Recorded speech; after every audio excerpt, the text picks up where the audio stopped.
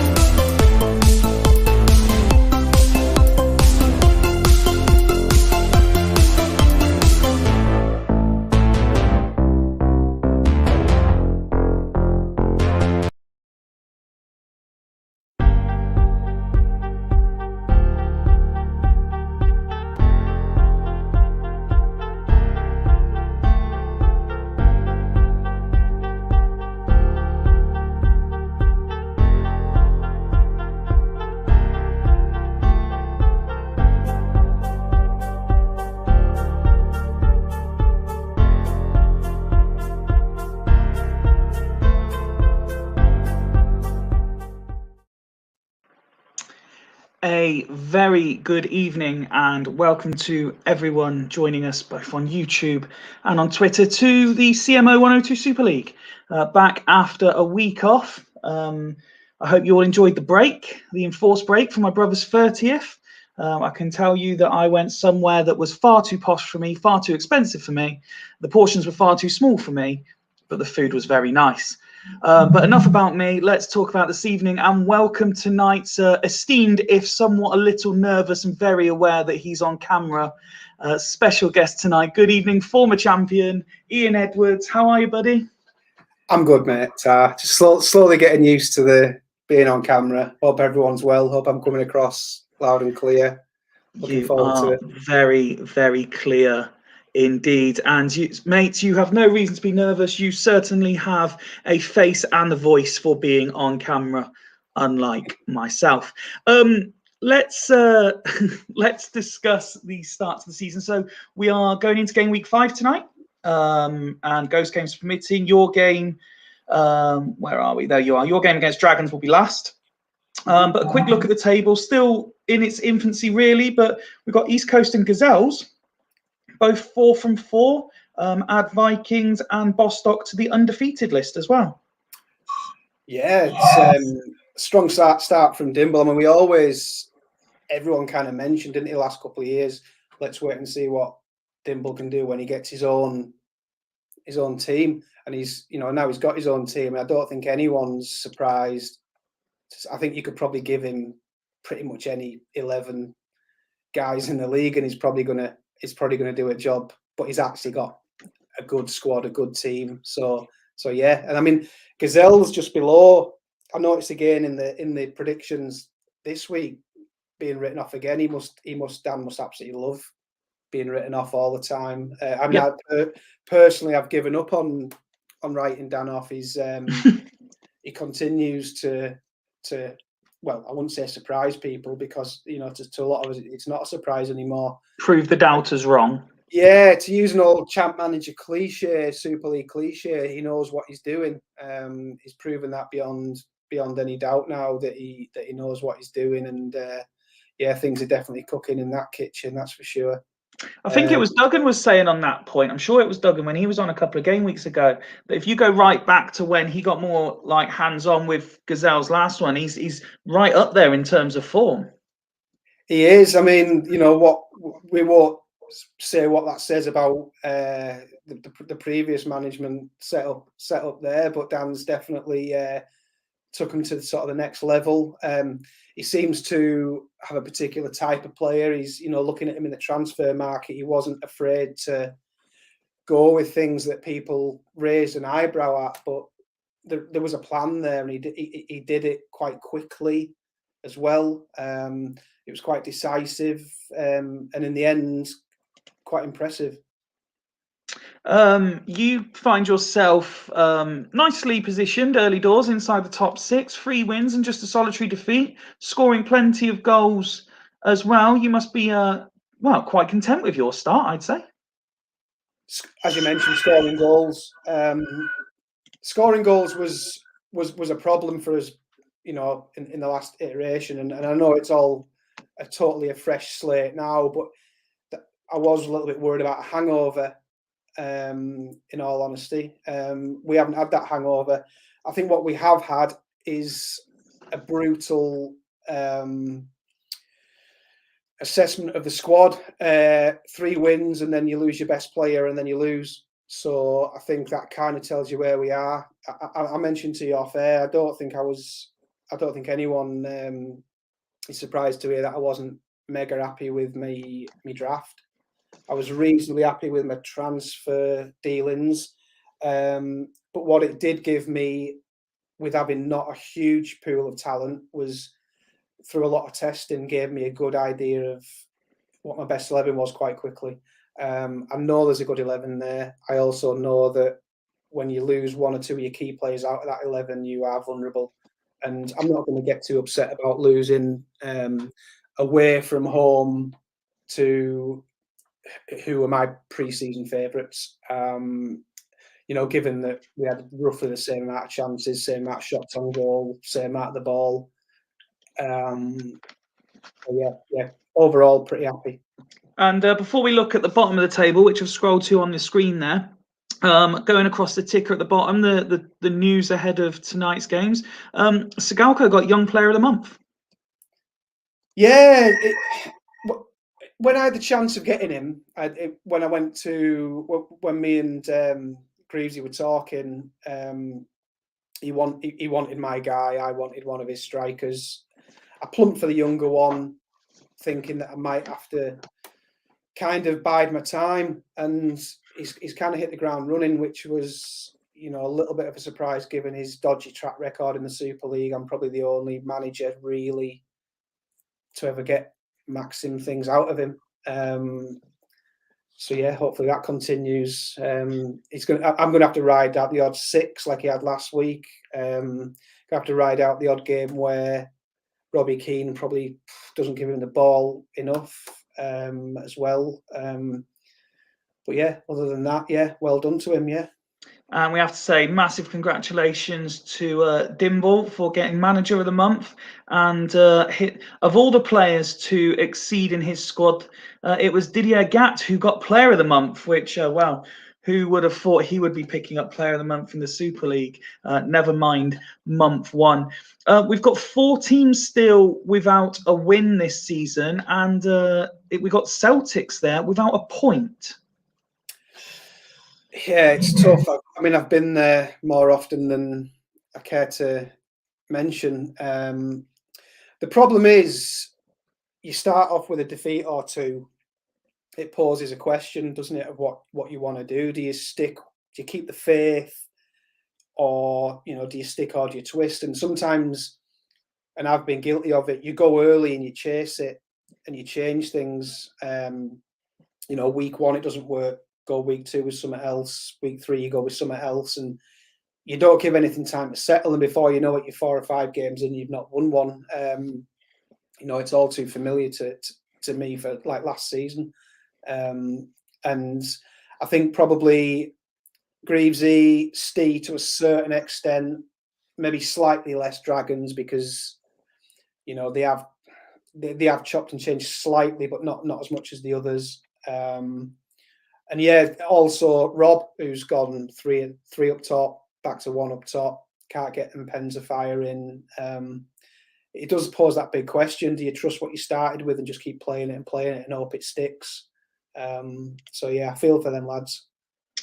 Just a quick reminder then before we kick off tonight's action of where we finished last time out a week ago. Coast winning 3-0 at Astor, Badgers winning 2-0 at Rose, Stanley 2-1 against yourself, Vikings winning 3-1 away at Fulchester, Haggis winning a 5-goal thriller at home to Dragons, Casuals getting a draw away at Triple P, and Gazelles beating Celtics. Let me ask you, is there a particular game you would like to start with tonight? No, I'm always more for the organic me. I'll obviously, apart from having to switch hours, I'm always happy for it to take us where it will. Excellent. Well, let's get this show on the road, as it were, and we are starting with Triple P at home to Astor. So let's have a look at the home side first, and you might spot straight away, if you've not seen the team news ahead of time, Mpenza dropped to the bench. Still no place for Zauri or Rustico. Candea as well misses out. This is how the pool party line up. So Nigmatulin in goal, Hoffland and Costa at centre-back. Kaluzny comes in to hold in midfield in place of Makalele. Danielson, Wellens and Beckham continue in midfield. Essentially Janino comes in for Mpenza because Mackay moves up top. Your thoughts on this 11, Ian? Well, as we just talked about, sometimes it's a formation, or it's an 11, or it's a tactic that you may want to stick with. For me, when you've got one of the best strikers in the league, you stick him up there and you leave him alone and you stick with him. Mackay has done great in this league, but not in that position. And I know it'll come back to haunt me, but I look at the AMC duo and I just think Mackay in there for one of them two, and stick Mpenza in there and leave him to it. Everywhere else, again, jury out on Wellens. I like him. Whether he can hold his own in the middle there or not, I don't know. Let's wait and see what Alf's offering. So far not, and he doesn't look very developed either, does he? So yeah, I mean, there's a couple of things I would have done differently, but he's trying a few things to get his season started. The tactic file name kind of says it all. He's maybe a little downhearted after 4 already. But yeah, let's wait and see what Alf's got. And before we go to kick off, I have to say, in case you missed it at the start, anyone watching on Twitter, your comments will not be able to be flashed up. That's only available via YouTube and other things such as Facebook if we were streaming on there, but we don't. So only YouTube is where the comments will flick up. And for those who were enjoying the music at the start, because it was a change from the first couple of shows, that is courtesy of Dan, aka Mega Horse, aka Rodeo Bibbins. We sorted that tonight, and I think that was a very, very good addition, getting some of his individual work in place for this game week.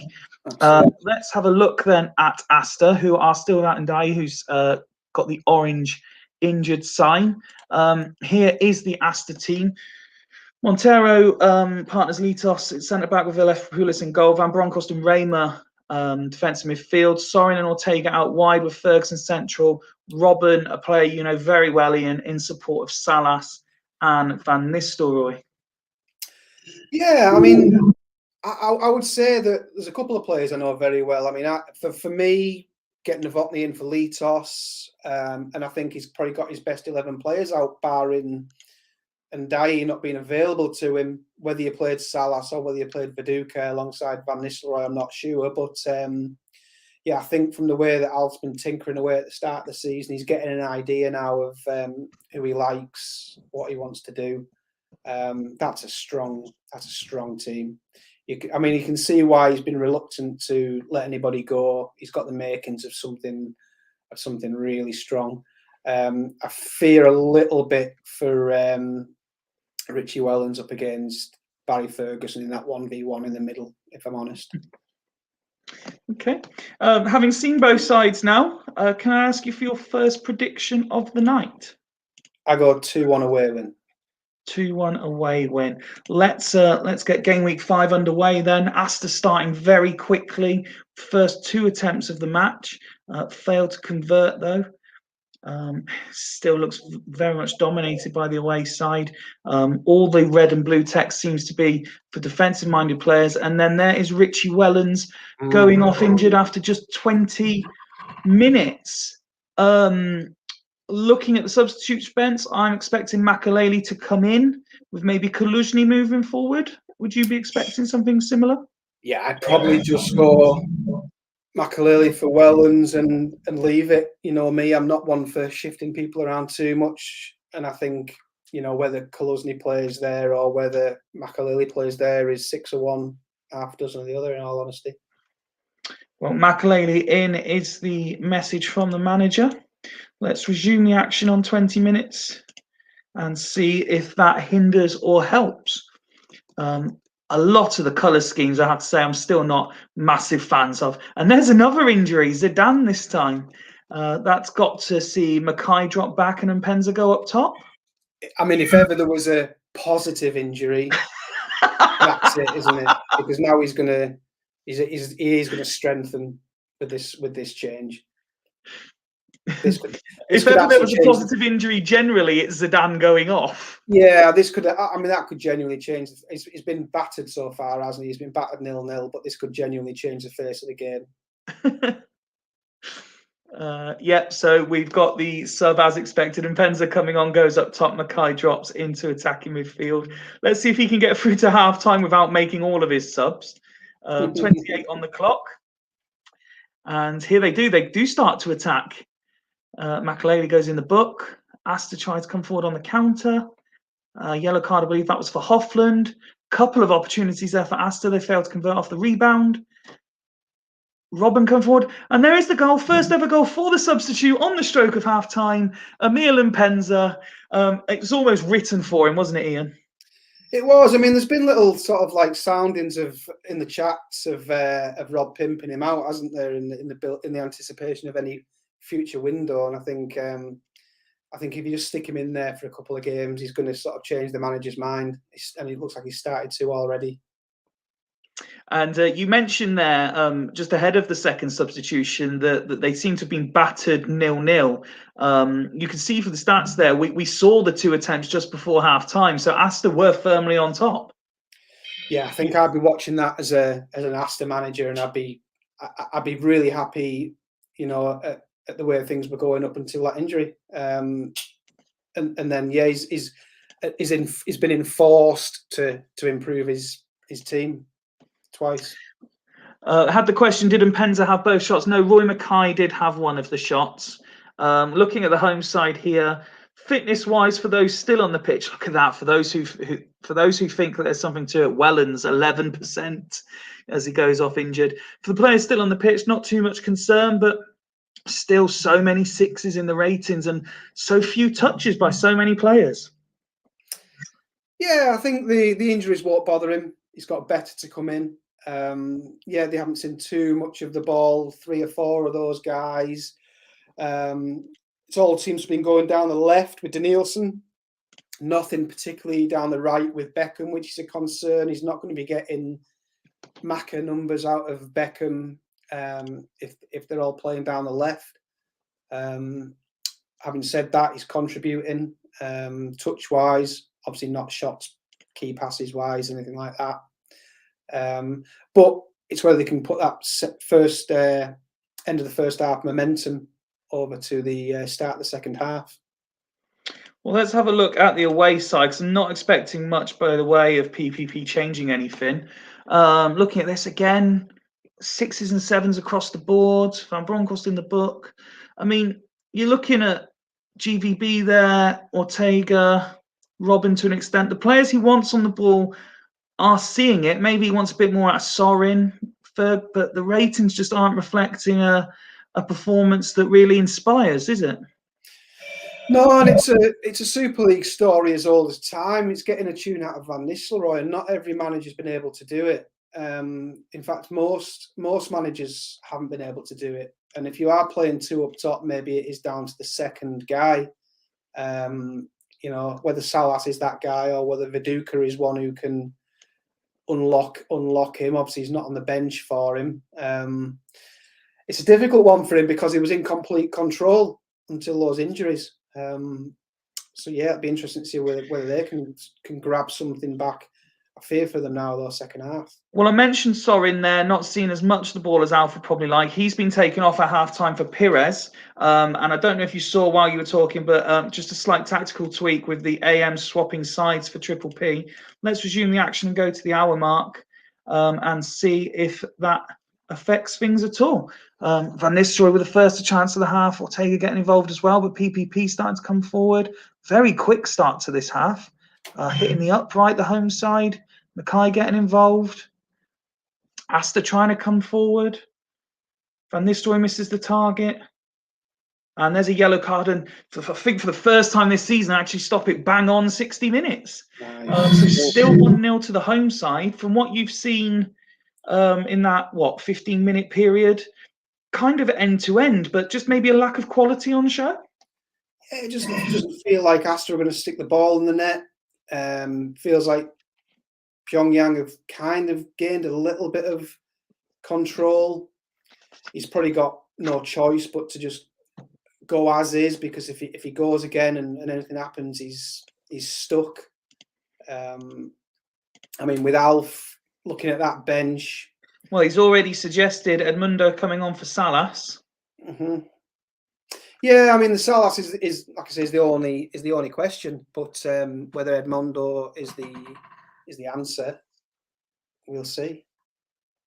Different managers have different approaches, but when you're playing this sort of tactic, are you concerned with half an hour to play that both the DMs are on yellow cards? I roll with it. I don't get concerned for the Reds so much in the match. I maybe get concerned for the accumulation of cards. I think I would never ever make a substitution based on a guy having a yellow. Never have done in this league. Never will do. No, ride it out. Okay.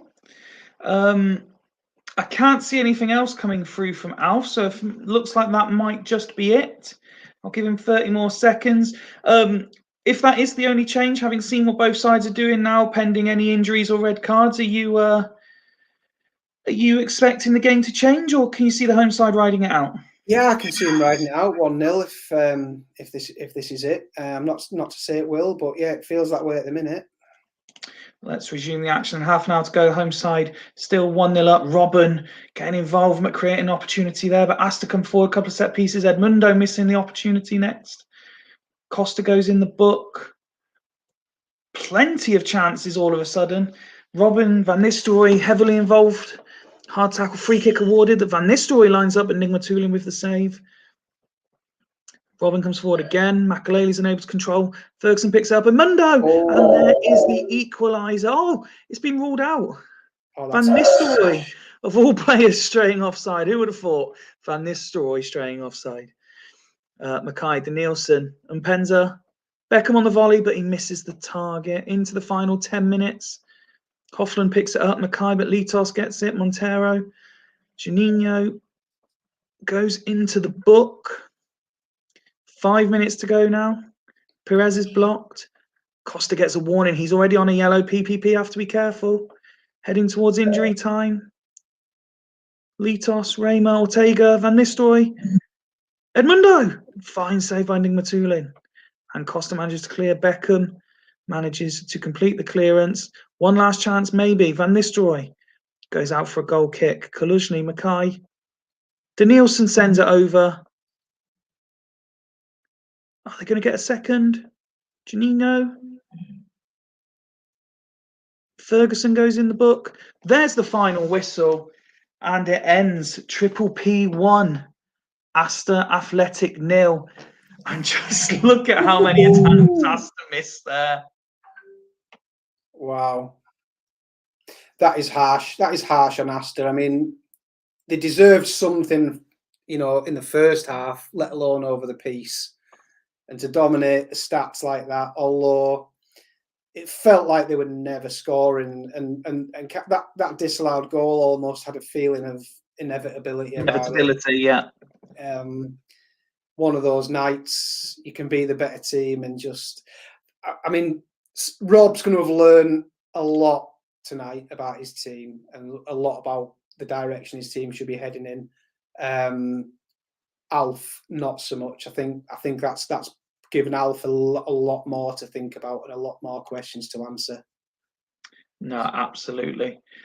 Just seeing all the post-match reaction. There's Rob. Who cares if it's harsh? 1-0, pipe it, he says. Where's the celebrations? AK-47s for everyone, says Duggan. Let's have a look at the victorious home side first then. And look at Nigmatulin there. We saw it say, fine save, time and time again. He really can be one of the most underrated keepers in the Super League at times, can't he? Yeah, he's done well for a couple of managers in the past. I think he's had good spells for Bolton Phoenix, if memory serves me. He's he's been part of some good sides. I mean, he's never one that's going to get talked about as being sort of top 5, top 10 goalies. But yeah, he's done a fantastic job from there. But I can't stress it enough. I think that all hinged on the injuries. Getting two weaker players off for two stronger players was a few comments that I flashed up said that in a random twist of fate they've actually got stronger because of the injuries. Agreeing with you, and Greavesy pointed him out at half-time, and it has to be said, it's deserved. Petit may have only got an 8 rating overall, but that's not a bad performance at all, is it? Winning 8 of 9 tackles, completing the majority of his passes as well. It'll be interesting to see if this trend continues. I mean, I had Scally. You could add probably 10 on the passes. You could add 10 on the tackles. And last week he still only got an 8. So when you do dig into the numbers, you'll see a few probably unsung heroes perhaps on this save. Yeah, it's a real massive surprise. Greavesy talking Petit up. Yeah. Let's have a look at the away side then. The match stats suggested they performed well and were slightly unfortunate. The ratings certainly improved, but it still wasn't magnificent. St. Loads of the ball. Yeah, it's sometimes the numbers on the right hand side. If they are that low, it kind of doesn't matter what you do with the text or how the game feels or how many shots you've had. It's your team haven't perhaps turned up as much as you thought they had done. Robin's going to throw a few average games in there. He's going to maybe flatter to deceive at times. I mean, you've got a marquee striker in Van Nistelrooy. I mean, Alf's going forward. Alf has got to be all about either getting something out of Van Nistelrooy or finding a way of life without him, because you can't have a top striker there and him not doing the job in a game like that. No, absolutely agree.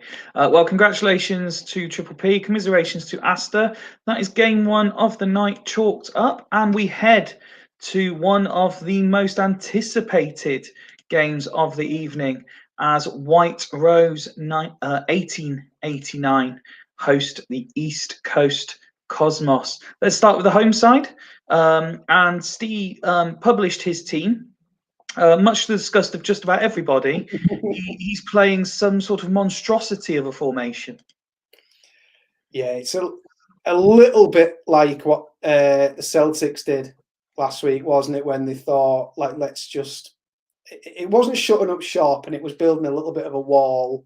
I get it. I get it to a certain extent. You're playing against top of the league. This happened to be a bunch of brilliant players. This is one way of fitting them all in, if you will. It still smacks a little bit to me of, right, Dimble, come and have a go.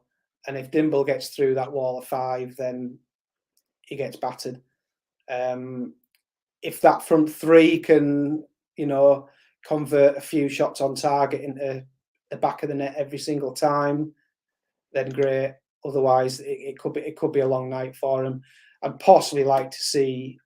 I mean, I think with those 5, I think you can probably find a way of getting Dyer a little further forward. And again, I feel for him. He's dead air. 3-month injury was a blow. Yeah, it was a real sort of killer to the way he wants to play. But then he's got his favourite player of all time to come in and take his place. Having seen what we've just seen, and considering Super League track records, again, it's a new save. We don't know if players are going to be able to perform to the same level. Are you a bit surprised that Steve hasn't maybe looked at someone like Kandeo and tried to get him in on loan, knowing that he's not in the team at the minute? No, I was surprised that he didn't instantly replace Dede with Finnan and go as is. When he got Dede injured and he came and played against me, he went narrow. For me personally, and again, everyone knows how I play, it would have been Finnan in for Dede and go again. And I would have tried to just bed that in and stick with what I was doing. He has also got a loan player. I forgot about that. I'm never a fan of loan players, in all honesty. I know you're not. I've had a couple of offers this season that I've sort of turned down, guys I could have had in on loan personally. But yeah, I'd rather sort of like work with what I've got and see what I can make work. Okay, let's have a look at the current league leaders. Manager and player of the month. Player of the month again does start. And it's kind of the traditional Super League formation, if you like, but Vogel then centre midfield, Cordoba and Campbell look strong. Toldo, obviously another player you know very well. But Anelka's start to the season, again, absolute numbers, 6 goals in his first 4 games. Yeah, I think with Anelka, there's always a lot of talk, isn't there? Keeping him happy, keeping him sweet. I think there's, everyone's had enough saves out of Anelka where if you stick him up front on his own, play him, give him whatever he wants, don't drop him, don't sub him if you're having 6, he'll be happy, and he will get you goals. I mean, it's not littered with superstars, this team, but there's enough top players in there in the right positions. You've got Biscan, he's great in there, and he can certainly make the 2 either side of him stronger. Boomer's obviously fantastic. Campbell, huge, can help Cordoba. Toldo, the worrying thing for everyone else in the league is that if Toldo is doing really well in the first 26, when you get to the business end, East Coast are going to be an absolute nightmare with Toldo in goal. And I absolutely love to see Thierry Henry at AMC. He beat me to him in the transfer window. I was after him, and that's exactly where I would have played him again after he got a medal for me. Yeah, it just looks like a winning team. Alpha's done half a prediction. He's gone Rose 1, East Coast, fill in the blank. We've got Jens saying both teams could score, but equally both could keep a clean sheet. And then goes on to say there may be a sending off here. Tato has gone 5-1 White Rose. Can I ask you, please, for your prediction? Sorry, Steve. I'm going to go 3-1 away win. 3-1 away win. Alpha's completed his prediction with a 1, so he's predicting a 1-1 draw in unsurprising fashion. Let's kick this one off then. Should be an entertaining game. Hussein against his former manager, missing a glorious opportunity. But there's Butt with his first ever goal, and it is 1-0 to the home side. And it looks like the home side are doing very, very well. Certainly not sitting back on this. Omri and Santa Cruz linking up, trying to make something happen. Oh, good opportunity there for Rose. And again, Hussein looks like he's very busy. Santa Cruz, a yellow card just before the whistle. But considering the defensive look to the formation, Ian, that looked very good from White Rose. It felt very attacking from them, didn't it? Yeah, I mean, there's something going on there behind the scenes that Steve's asking the guys to do, which is working. Because I was expecting a backs to the wall performance there, and fair play to him. I've got that first half completely wrong. I thought they'd be easily 1 goal down by now. And after one 45-minute performance there, we've got Jens suggesting that Steve Wright might just be back. He's gone early. The week's rested, you good Steve. Let's have a look at the home side then and try and establish why it went so well. Veron seeing plenty of the ball, maybe needs a little bit higher pass completion, but tackle percentage looks quite good there, particularly from Olivier Decour, a player I rate very highly. Ronnie Onson's certainly not shirking responsibility in the middle of that free in the defensive midfield line. You are, however, with so few players in attacking positions, you're perhaps wanting a bit more from Nicky Franco? Perhaps, but then again, the man behind him does seem to be dominating proceedings. I mean, Veron, loads of touches, winning his tackles. I mean, that yellow card's probably knocked him down from an 8 to a 7. He's looking very strong. If he can keep controlling the second half as he's controlled the first half, then Nicky Franco needs to pop up once, do one Nicky Franco thing, doesn't he? Yep. No, absolutely. As for the away side, they're creating chances. We saw that. 5 attempts on goal, none on target. Santa Cruz rating a 5 at halftime. Anelka's been quiet. Santa Cruz actually had 3 of the 5 attempts himself. Henri seeing the ball, but not really doing much with it thus far. Is it, again, just getting a bit more out of those attacking players for Coast as well? Yeah, I mean, it's not awful, is it? I mean, both teams have had the 5 shots, but obviously Steve's the one who's had them all on target. So whether that's, I don't think it's probably long shot instructions. I just think it's maybe an off night. I don't think Santa Cruz gets hooked for the 5. I don't know whether Dimble's one of those managers who would hook someone for a yellow. But he's got options. Well, Steve is going as is. And we are getting information through from Dimble here, so let's try and do this. Morientes on for Santa Cruz. 2 up top. Arrow on Henri, so I'm presuming he means like that. DML and DMR up to ML and MR with a small arrow. So I believe that's how East Coast are lining up for the second half. Interesting, yeah.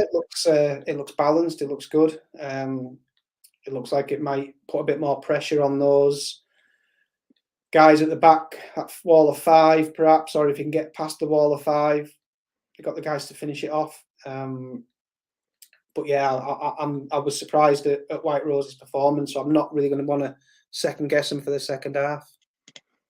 Well, let's resume the action, go to the hour mark and see if that changes anything for the away team. Again, looks like a solid start by the home side, creating chances. Another one goes over the bar. There's another yellow card handed out. Here come Costo. Veron getting involved. And a couple of quick-fire saves in succession there by Taibbi as we reach the hour mark. Rose started the second half quite quickly, but Coast are certainly asserting themselves now and really putting some pressure on Ian. They are, but then again, White Rose's numbers have all gone up. Decor up from an 8 to a 9. So they're having a little bit more to do, but what they are doing, they're doing it well by the looks of it. So I think there's only really Kieran Dyer on a 6, isn't there? Everyone else is going great guns. I think he'd be loath to change anything at the moment. Whether he's got the guys to change it, I don't know. But I think it'd probably be an as is from Steve. I don't have access to the chat, so I don't know what he's going to do. No, that's all right. I'm trying to flash up anything that might be of interest to you, but he's left it as is, please. Dimble's asked for Vogel to MC. He's already there. Bishkan, I think he means DMC. Because he's then put Bishkan Central. So I think he might want it like that. Do you understand pulling someone back when you're chasing a goal? Is he just stirring the pot a little bit, trying something different because he's not too sure why what's happening is happening? Perhaps, I don't know. I mean, if he's on a 6 and he's on a yellow, is he? Do you even? Oh, okay. I think I've worked it out. Right. So we've got Felshut coming on for Paredes, and I think he wants it like that, 4 across the midfield with Bishkan central DM. So he's actually he's not pulling people back, he's pushing more forward. That makes more sense, yeah. That does certainly make more sense. It's because the Vogel to MC one came through first before the others. So it couldn't quite work out what was happening. But yes, so 4 across the midfield. Again, just adding that little bit extra pressure onto that that wall as we're referring to it from the home side. Yeah, I mean, bringing a new lad in and seeing what he can do is you might as well at this point. Still only 1-0. Morientes is tripped. Oh, sorry, no, Morientes does the trip. Decor on the ball. Approaching yet 10 minutes to go now. Still Rose in the lead. Our Coast going to drop points for the first time this season. Going to have to work hard to keep their winning run going. Bishkan fix it on, but Butt picks it up. Decor now. Hussein. Nicky Ferenko. Dyer. Back to Nicky Ferenko. Hits the post. Johnson picks it up. Finnan. Campbell out jumps Veron. But White Rose seem to be doing more than enough to hold on here. And there's Butt with a great chance, but Toldo with a fine save.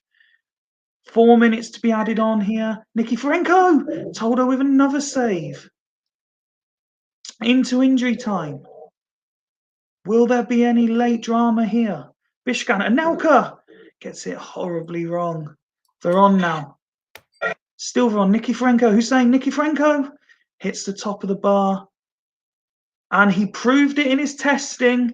And he has done it when it counted. White Rose 1, East Coast 0. A first win of the season for the home side. First points drop to the season for the away side.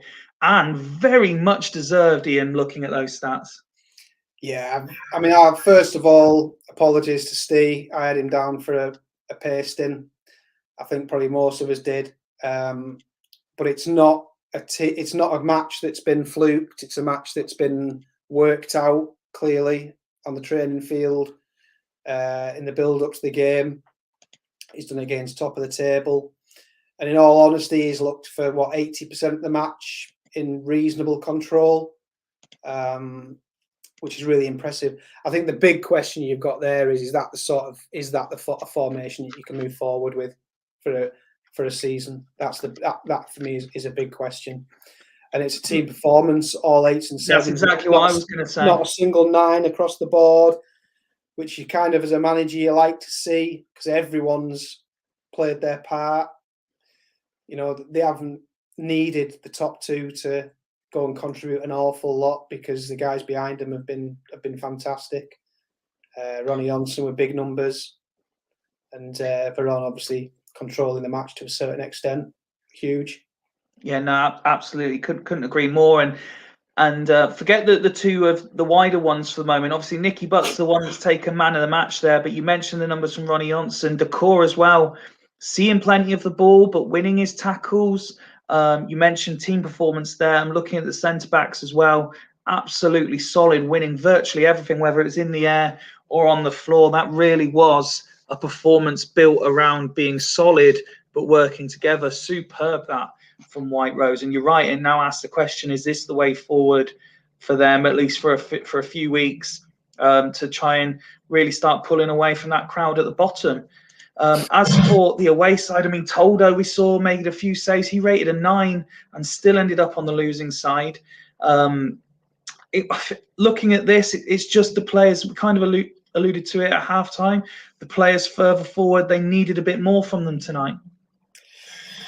Yeah, I mean, the Santa Cruz one was a tricky one, whether you hooked him or not. You know, there's an argument for saying, and I think probably someone like maybe Hodgie would say, you've got to maybe go Morientes from the start. Someone who's proved that he can go on a really good streak in this league in the past, mix it with the best. I've yet to see Santa Cruz ever do anything of worth really Super League wise over a period of time. Certainly not at this stage of a campaign. I mean, Dimble won't be getting panicky. He's come up against. I mean, I don't want to be unkind to Steve. I wouldn't call it a freak formation because it's obviously been very well thought out. But I mean, you know, he's come up against something that people don't normally do in this league. You know, we thought Greavesy had done it out of desperation. We thought Steve had done it out of desperation. Now we see that Steve had just done it out of clever trickery. Yeah. No, absolutely. Suggestion there. That's not strictly true. Santa Cruz got a fair bit of game time. The end of the last save, Nicky Butt knackered Henry out there. Quite right too. Well, congratulations, Rose. Commiserations to Coast as we move on to game number 3, which is set to be Casuals at home to Vikings, and this promises to be a very, very good game indeed. Starting again with the home side, still lots of unhappy players, largely due to the sale of, it was Zidane, wasn't it? Yeah, Zidane earlier in the season is causing some unrest, but they are 6th in the table, 2 wins, a draw and a defeat, and they line up. I'm 99% sure it was unchanged from the last game, Ian. I mean, we thought, didn't we, at the end of the last save, we thought we were going to see a lot more MLs, MRs. It's proven to be the case. Obviously, I know Contra quite well, and I don't like him there. I think Giggs and Contra are both better at a step backwards, and I think he's kind of stumbled upon the Comandini thing, claiming that he knew all along Comandini was the one. But obviously, originally he'd kind of pinned all his hopes on Cliver, who now appears to have been completely binned. It'll be very interesting to see if he can get something decent for Cliver if there is a window ever comes up. Because he's obviously lacking a little bit at perhaps at AMC, and he doesn't maybe know quite whether it's Tommy Smith, quite whether it's Johnson, quite whether it's Zepeda. And even at MC, which is, you know, at the start of it, we thought fantastic squad, and then you look at that, and you've got Ayala, can't get in the team. He's getting my team, getting a lot of teams. So you think how strong they are, bargaining chips as well, and playing well. Good manager, couple of guys in there that are his guys. Probably the best keeper in the league, bar maybe if you throw Toldo in there. So yeah, I mean, I wouldn't like to be going away to him tonight. That's for sure. Well, let's have a look at the team that are going away to them tonight, and it is the Vikings, who currently sit 3rd, as we said at the start, undefeated, and they line up just one change, with Rayed coming in for the injured Etzeberria, who has been replaced in the 24 by Kaká, but he doesn't make the match day squad. Other than that, there was a lot of downplaying of the Vikings squad as a whole. They've started the season fantastically. On paper, they've got a lot of what are normally referred to as champ myths in there, haven't they? But what they have got is the myths that are always reliable. Your Duffs, your Jacques, your Rayeds, Saeed as well is another one that you'd put in that list. And then Jens mentioned when the awards were announced, Quim somewhat unfortunate not to get Player of the Month. One of a couple of keepers, Dragons have got one as well, that have come into this version and hit the ground running. Yeah, and it's nice to see someone bring a keeper that isn't really that thought of as being a part of the league and doing something. Yeah, both teams, obviously Victor Bayer over at Dragons as well. And yeah, myths. I mean, Walker, you know, a lot of people saying deserves his chance, should be in the league, blah, blah, blah. I mean, you know, but no one's ever thought to put him in there in the past. No one's ever thought to bring him in from an out-of-league signing when they've been allowed in the past. You know, everyone falls 3 in love goal with that right. contributions already. Yeah, everyone falls in love with that right-hand column all the time. He always looks great, but no one's ever put their money where their mouth is. And yeah, Jens and Rodeo have, and he looks class. I mean, we've often all mentioned it at times that the Saeed transfer, only surely a matter of time before Saeed came into the starting lineup and stayed there. He's a class acquisition. Never lets you down in the Super League. Yeah, and I mean, whether you want to say Duff's a myth or not, I mean, he's obviously one of those types of guys. But, you know, again, just guys who proved they can do it. The question whether Jacques could do it season 1 has probably slightly been answered already. Never has to look great to do great. So, I mean, they've done a fantastic job, the lads, haven't they? Because they were another one who they weren't mega happy with their draft. But what it did do was it focused attentions on a core group of players that they thought they could get something out of. And when you look at Igor Tudor can't get in, Saviola can't get in, Vasiliuk can't get in, Smith on the bench, it looks decent for him. Before we head to the match then on this one, just a side note to that, and admittedly you're potentially not the right person to ask, because we all know what your thoughts are on changing your squad too much, but we obviously added Mike into the equation, overseeing Australia. He's only allowed to pick reserve players. He's creating additional content at the moment for us as well, in terms of picking a reserve team of the week based on the screenshots that go out. And obviously he'll be allowed to refresh his Australia side after every 5 games. Can you see the reserves coming more into play this time around? Well, we already see a couple of managers saying bring on end of game week 5 so we can do some swaps. It'll be interesting to see whether those are guys who think they've made a mistake in dropping a bunch of players, or whether it's just because they want to roll the dice. I mean, with having a couple of deals left, I have looked quite extensively at a lot of people's reserves. There's 1 or 2 guys I'd happily take, 1 or 2 guys I've been offered.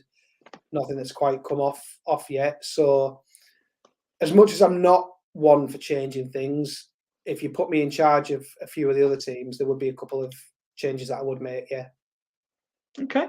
Let me ask you then, before we kick off, your score prediction for this one, please. I go 2-1 home win. 2-1 home win is the word from the studio. And again, it's been quite a fast-paced start. Vikings, it was coming forward there. They missed the opportunity. Casuals coming forward. They get a set piece.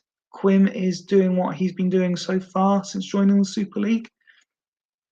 Mr. Breeze hands out yet another yellow.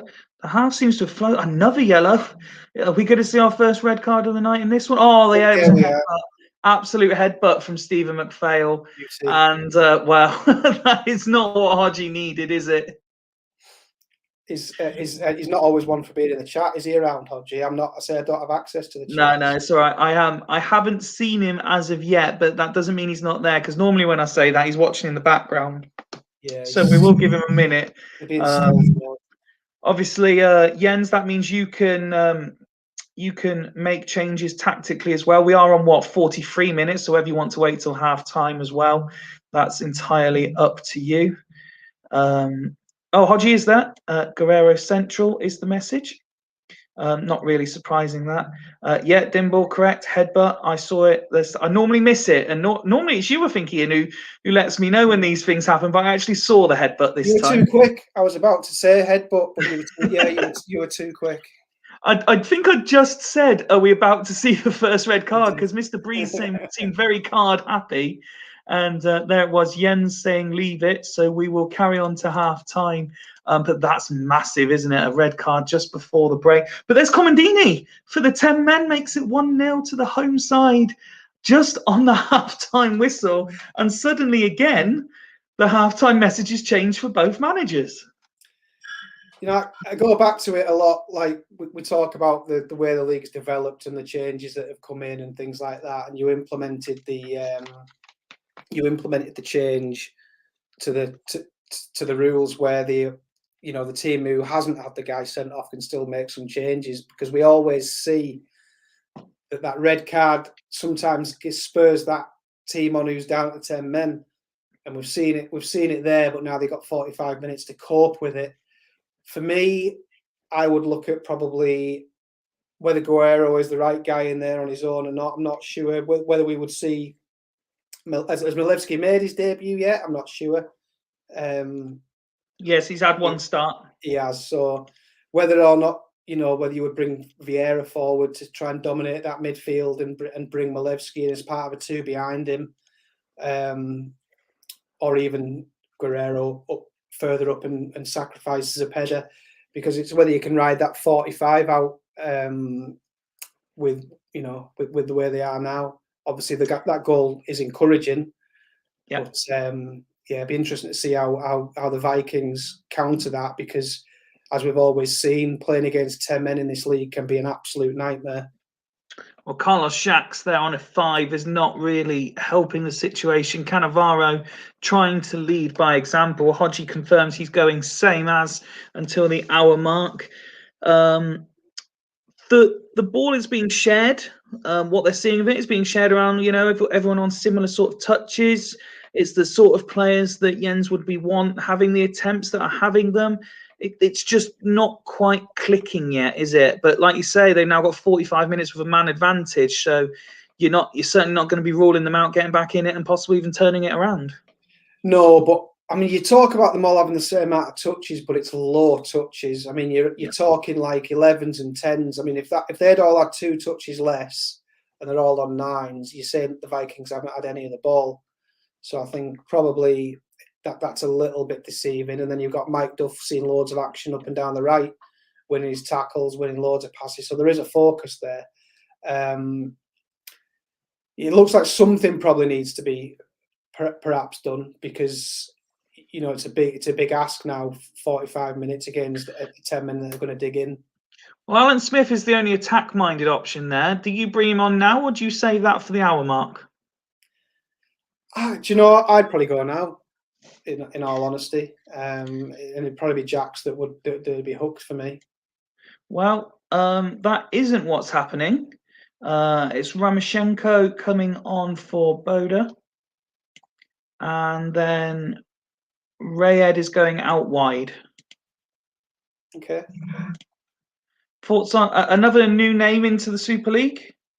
He'll be making his debut at this point. The versatility, defender, defensive midfield, forward. Yeah, he's a man for the bench, isn't he? The problem is when you've got a man for the bench, it's like when you bring him on, is he great because he can cover a lot of positions, or is he on the bench because he's not quite good enough in any of those positions? And I've said it before tonight, it's a roll of the dice, isn't it? You're looking to make something happen. Well, we've already reached 65 minutes with very little happening. It did look like Vikings were the team trying to create chances, I think is probably the fair way to put it, but not doing too much to threaten casuals yet. Still the full bench to choose from. Next season, Ramoshenko is going to be amazing, says Greavesy. Potentially, I know you said earlier you're not one for focusing on yellow cards. Already being down to 10, does Klompe's yellow come into consideration with Ayala on the bench? Maybe you mentioned swapping Guerrero and Zepeda around, and maybe Milevsky coming on. Also an option, although Hodgie has already said keep it the same. So let's have a look at Vikings. It's got to be Alan Smith time, hasn't it? I mean, you'd think so, wouldn't you? But I mean, Alan Smith would have been my choice at 45. I totally get where Hodgie's coming from now. You've got to put your seatbelt on, just sort of ride it out and try and get home. Alan Opportunity Smith, maybe for drop Jacks back to centre mid. Now his rating's gone up a little bit, and bring Smith on for Walker. But has his rating gone up because he's getting a grip to that position? That's the thing. That's the situation in the game. So I don't know. Do you have confidence in what you've just done, Smith? I mean, if Smith comes on, it's 2 up top, and it has to be Jacks that goes, but that possibly Jacks for Smith and put 2 up top. That's all you're going to do. That's exactly the change that is coming. Romchenko going AM on his own. Jacks being withdrawn for Alan Smith. Which is as much about getting a bit more out of Crespo as it is getting Smith to do something, I guess. Absolutely. Still only 1-0 to the home side, who do have a man less. 20 minutes to play. Now 15 minutes to play. Hodge, you'll be delighted seeing all these minutes tick by, but here comes Crespo. And now Duff picks it up. And Duff takes the shot, but he puts it wide. Romchenko picks it up from the goal kick. He has the attempt himself, but puts it wide. Soroczynski picks up a loose ball, but some excellent tackling by the away side. Cannavaro's then given a warning. Guerrero lines up a free kick. Giggs picks it up. Finds Guerrero again, but the goalkeeper is there. 5 minutes left to play. Alan Smith now getting it. Cannavaro and Smith playing amongst themselves. Walker and now Saeed goes out for a throw-in. 3 minutes to be added on. We're into those 3 minutes now. Do the Vikings have that one big chance left in them? Guerrero picks it up and now Giggs. Thuram picks it up. Smith goes into the book. And the 10 men hold on in rather impressive style to win. And for the 3rd time in 3 games tonight, the home side wins 1-0. Yeah, I mean, is it the closest I've been on a prediction? I did say a home win by the odd goal, but I had down 2-1. And very wasteful, weren't they, the Vikings? 7 on goal, 1 on target. I mean, Jens has been quite successful in the past with Crespo, one of the few managers who has been. But it looks like tonight he's been absolutely all over the shop. Another one of those situations, sometimes it feels like it's just you get that 10 men and a team digs in, and sometimes it's like there's almost nothing you can do about it, even with the introduction of the new rule of being able. Well, let's see how much they dig in. Lilian Thuram, the skipper, picking up man of the match for his performance. Solid tackling game, that is for sure, and winning what there was in the air. Ryan Giggs doing well out wide. Comandini, the goal scorer, contributing where he could at the top end of the pitch when it mattered. Again, very similar to what we said about Rose. This was very much built on team spirit and work rate, this, wasn't it? Well, the thing is, if you look at what Stephen McPhail did in the 43 minutes he was on the pitch, he's had 1 pass, 1 completed, absolutely nothing else of any worth on the entire field. So you were carrying him for 43 minutes anyway. So you haven't missed that 11th player, have you? Because he did nothing 43 minutes. So it's kind of been as is for the next, for the next 47 minutes. So it felt reasonably solid. It felt a little bit like Rob's side keeping Astor at arm's length. It felt a little bit the same, in all honesty. Let's have a look at the away side next. The subs didn't really have the impact required. Again, it's not awful, but I mean, you mentioned Crespo there. He only had 1 shot all game. He was the only person to get a shot on target. Everyone else just put in the wide. Is it more of a case of they're not feeding their star striker? No, not when he's seeing that much of the ball. I just think that it's one of those nights where they just haven't created. He's been getting touches. I guess it's where those touches have been. Maybe not enough of them, in front of goal. I think he just has to chalk it off as one of those nights. The random element of going to play against that 10 men and a team with their backs against the wall. It's. I don't think Jens or Dan will be panicking that much at the minute. But yeah, it's. I think there's a few positives there. Rayed's come in and done all right, and a couple of the lads who were doing okay, still okay. I'll be interested to see who comes in down the left going forward. I know they've loaned Overmars off me, but he's yet to even be on the bench, let alone start. He might be an option for them. with incredible pace. You never know. Well, we will soon find out, that is for sure. But congratulations, casuals who hold on. Commiserations, Vikings, who lose for the first time this season. And as we said earlier, the third 1-0 home win in a row. That takes us to someone who would love a 1-0 home win this time round. It is Celtics, and they are at home to Fulchester. Rock bottom, lost every game so far. Conceded goals, obviously, 4-3, 2 last games. I've only scored in 50% of the games so far as well. Rocked by absentees, Marcos out injured, Maldini injured, Redondo suspended, Brozek out as well. It just could not be going worse for them at the moment, could it? It couldn't, and I know I've said this plenty of times on comms before, but if there's one fixture that you want even less than playing Fulchester at Fulchester, it's playing Fulchester at your own spot, because I think they're a fantastic away team.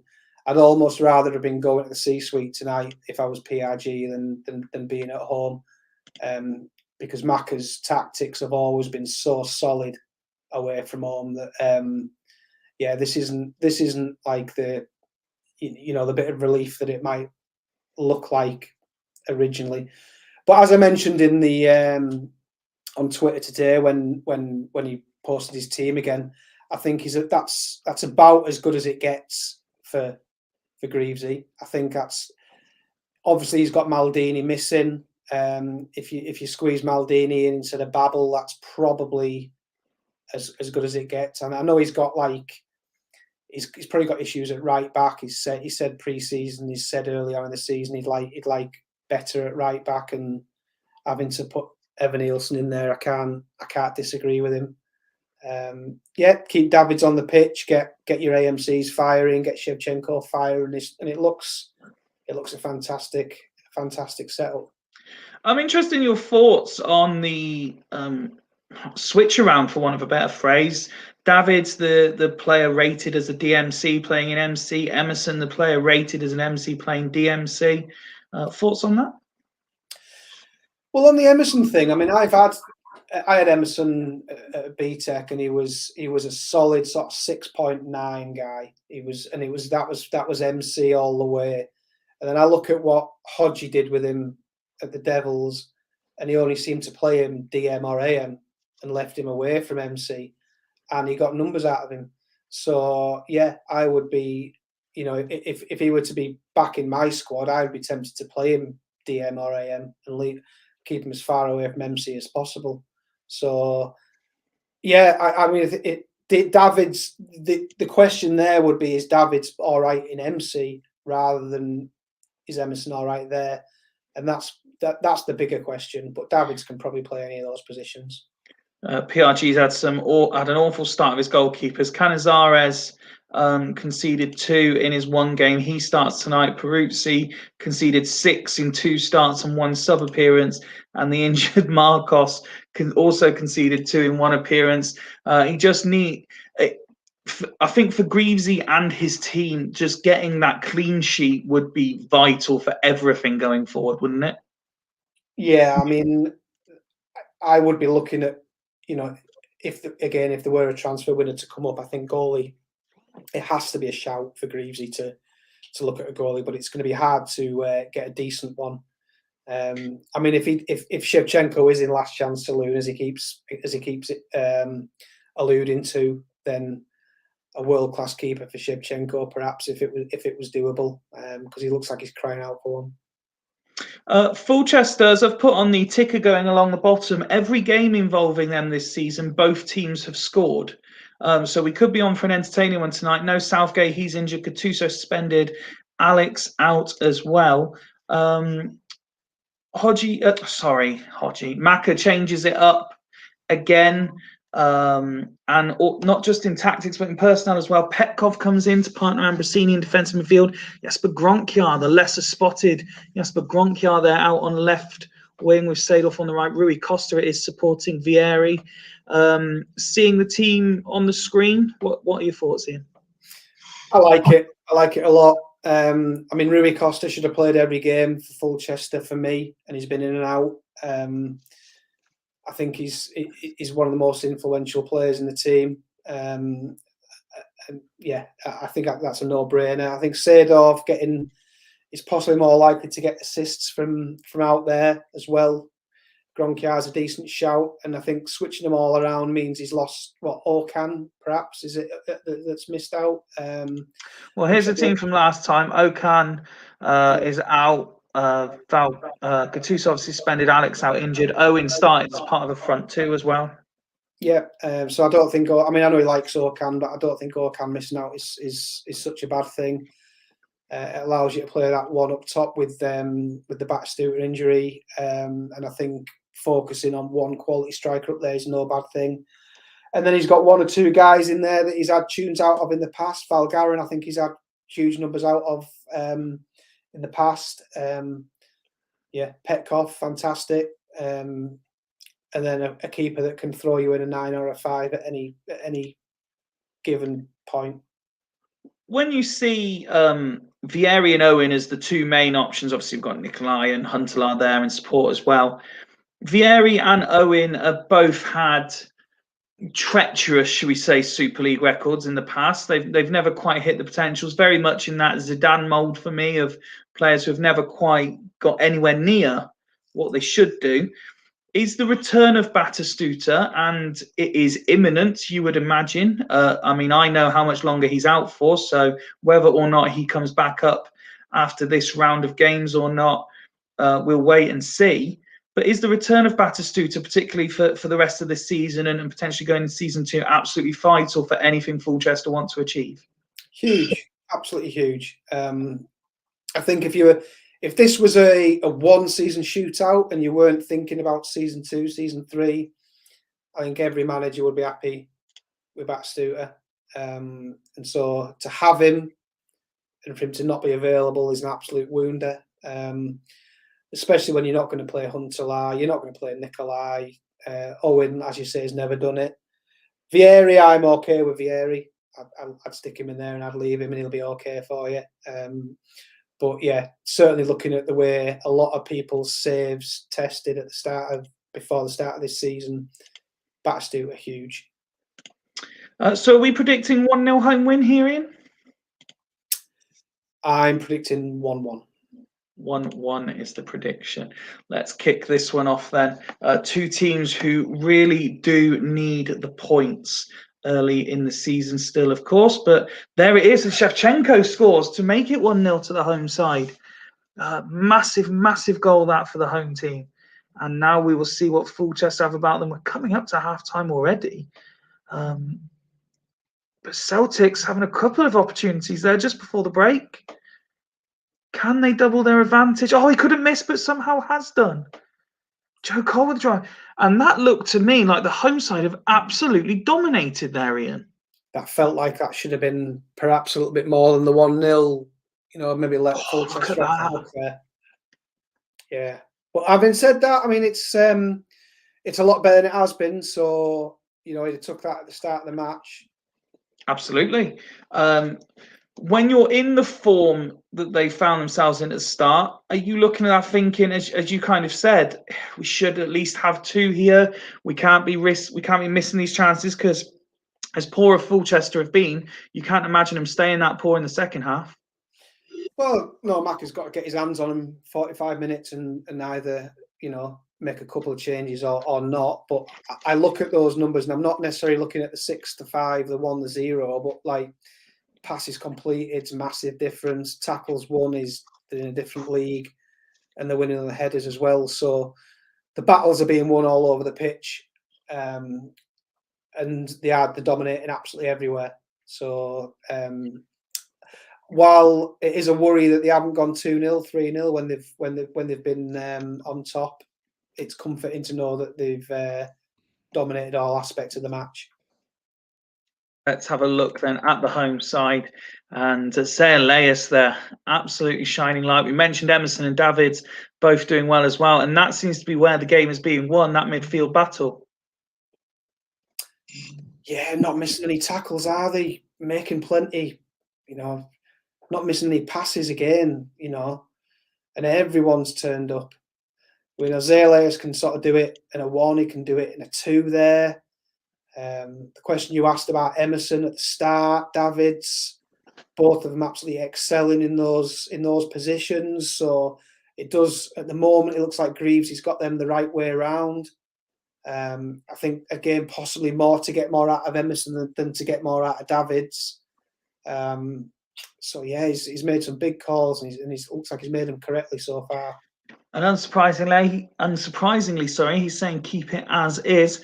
As for Fulchester Abiati, he said he's capable of a 9 or a 5. He's certainly trying his best. Made a few saves in that half. In terms of outfield players, 7's littered around. Again, the midfielder. So the midfield aren't doing too badly. It's just Celtics is doing that bit better. And then you said that Costa was the influential one. He's seeing the ball, but they're not seeing a lot of the ball. He's trying his best. Vieri, again, not really contributing anything of note. Well, Vieri made eight passes, yet he's made 6 tackles. It kind of shows what they've been up against, that he's having to make those kind of contributions. The Rui Costa thing maybe doesn't worry me too much because he could pop up at any time.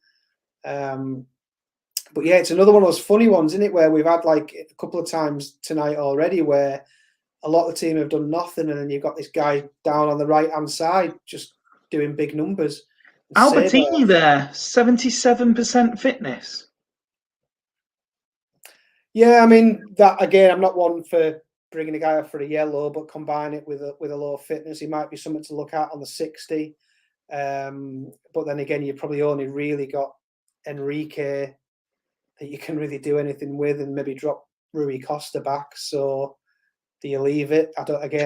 We're not having access to the chat. I don't know what Mac has decided, but does that bench leave you? Does that bench leave you anywhere to go? All he's decided so far is that was a pathetic first half, and he's jacking it in at the end of the season. Is that not the same as last year then? It's the same as every time he loses. Yeah. Here is the confirmation. So Gronkia off, Enrique on is the first part.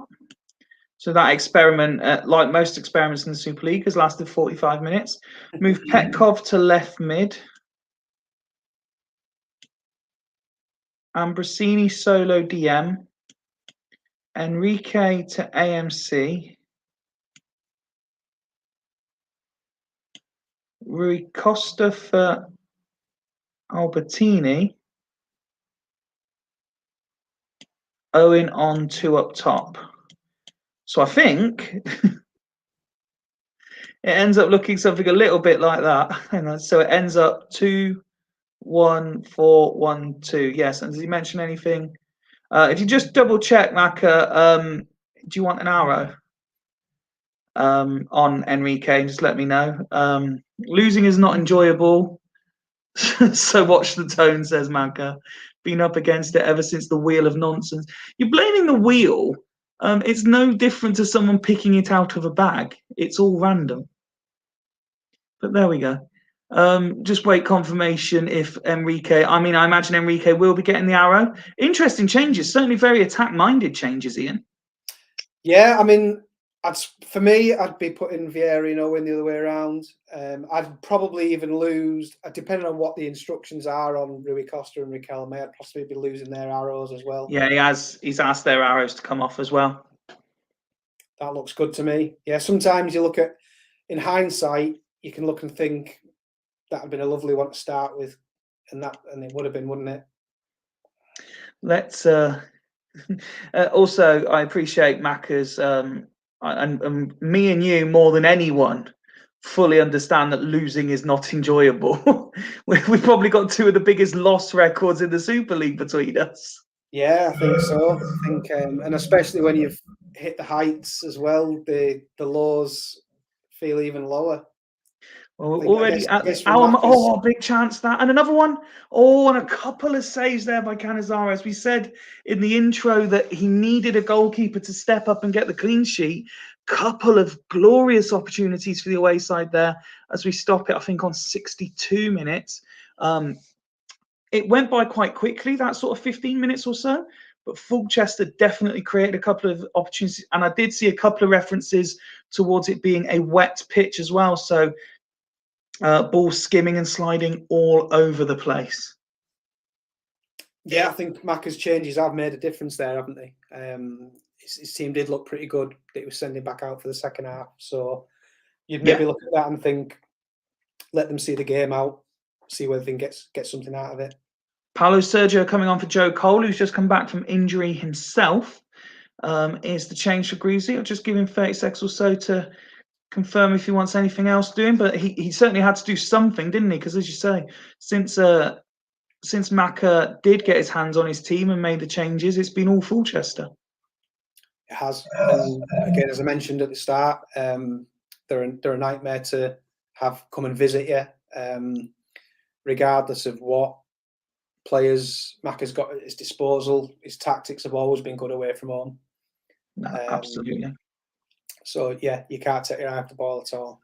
I would love, and I don't know if Swan has anything like that, but I would love to see exactly what the complete sort of overall history of Fulchester's away record is, because I bet it's incredible reading. I haven't seen anything else from Greasy, so let's go. I can't imagine any real changes here from Fulchester. They've only got Mendes on the bench. Macca late goal snatcher predicts Alf in the chat. Can you see any additional changes here from Fulchester, or does Macca just carry on? No, I think there's been too many green shoots there for him to change anything now. He's got to let the positive changes that he's made take effect, run the course. 30 minutes with this setup, which looks, for a team that's supposed to have drafted a real stinker, that looks a decent 11. I think maybe give him a crack this last half hour. Only change is swapping the strikers around who's on the left and the right. So let's resume the action. Still 1-0 to the home side, as it seems to have been all night. Still all Fulchester. They just cannot seem to put the ball in the net. But it certainly feels like it's coming. Get Beckham in and you'll be flying, Macca, says Tater. Abiati saves on a rare flow forward from the home side. Canizares with another save. Ambrosini can't get past them now. Here come the home side, and there's Raul. And the substitute, Paulo Sergio. Seedorf does enough to put him off. We're into the final 10. Are we about to see yet a fourth 1-0 home win in a row tonight? Zayaleas now on the ball. Paulo Sergio. Zayaleas. Jorgatos from the left wing crosses it in. Zayaleas picks it up again. Sergio, well saved. Davids saved again. Can't hold on to it. Raquelme manages to clear now. Bieri and Owen passing it amongst themselves, but Owen's offside. Both teams pushing forward. There's definitely a second goal in this game. Indirect free kick given. Davids lines it up. I didn't see how many were being added on. Jorgatos now. Babel, Sergio, Davids. Another indirect free kick, which Davids lines up, but Ambrosini gets in the way. Into injury time. Riquelme comes forward. Goes out for throw-in. West. Enrique shoots. Goes over the bar. And we have got a fourth 1-0 win of the night, Ian. And they have had to hang on to that. With the exception of maybe a 10-minute blitz in that second half. Again, that looked all Fulchester. It did. But I think you've got to give credit to PRG there. I mean, he's in this situation. He tried it with the wall of 5. At one point, he's just looking for that 1-0 to the Celtics, isn't he? And it's tonight that he's got it. And you know, he hasn't had it all his own way. Fulchester, without a doubt, deserved something out of it.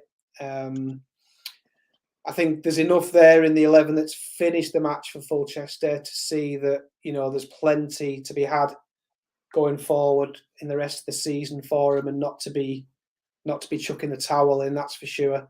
But I think Greaves will be happy there with he's back to where he wants to be, which is that 1-0 to the Celtics. No, absolutely. Let's have a look at that team then. And Marcus Babel picking up man of the match. But unlike in some of the other games, we are seeing some standout performances. And I have to say, I'm a bit surprised it's not Zayaleas that's got man of the match, because in that second half, his name seems to be popping up everywhere. Yeah, I mean, on the face of it, you'd normally look at down there and think, yeah, he's been robbed. But then you look at Babel in detail, big tackles, Big headers.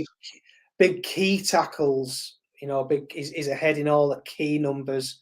And as say, chatting briefly to Greavesy, like over Twitter, it was a case of this is his strongest 11 once you take Babel out for Maldini. So, you know, we talk about some managers like Steve having decisions to make next time out.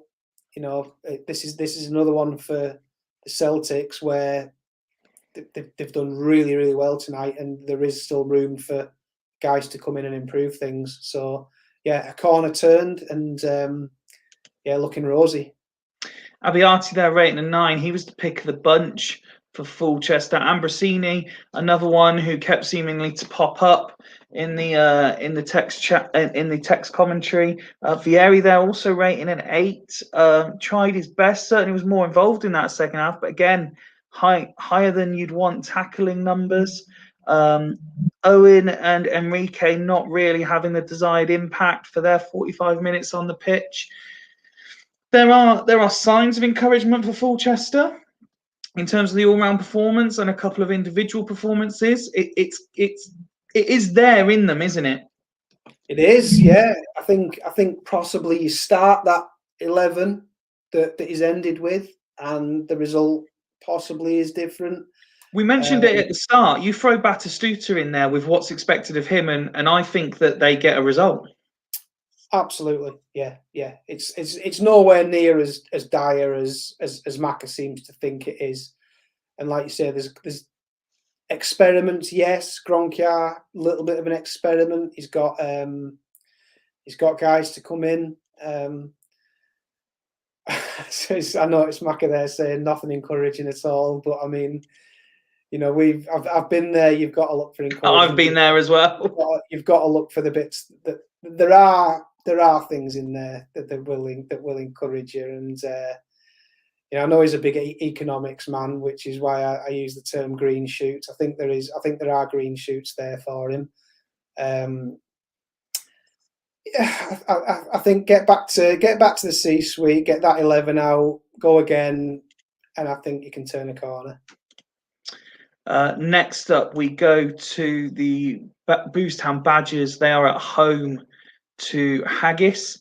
They won last time out, 2-0 at home to Rose. And then they respond by changing their tactic in 11. I think when we talk about this is a bit of an anomaly for me with Boothtown, because I've mentioned to you on air and off air, when you get dealt a squad that isn't amazing, you kind of focus in, and it should, in theory, make it easier what your starting 11 is and what your best 11 is.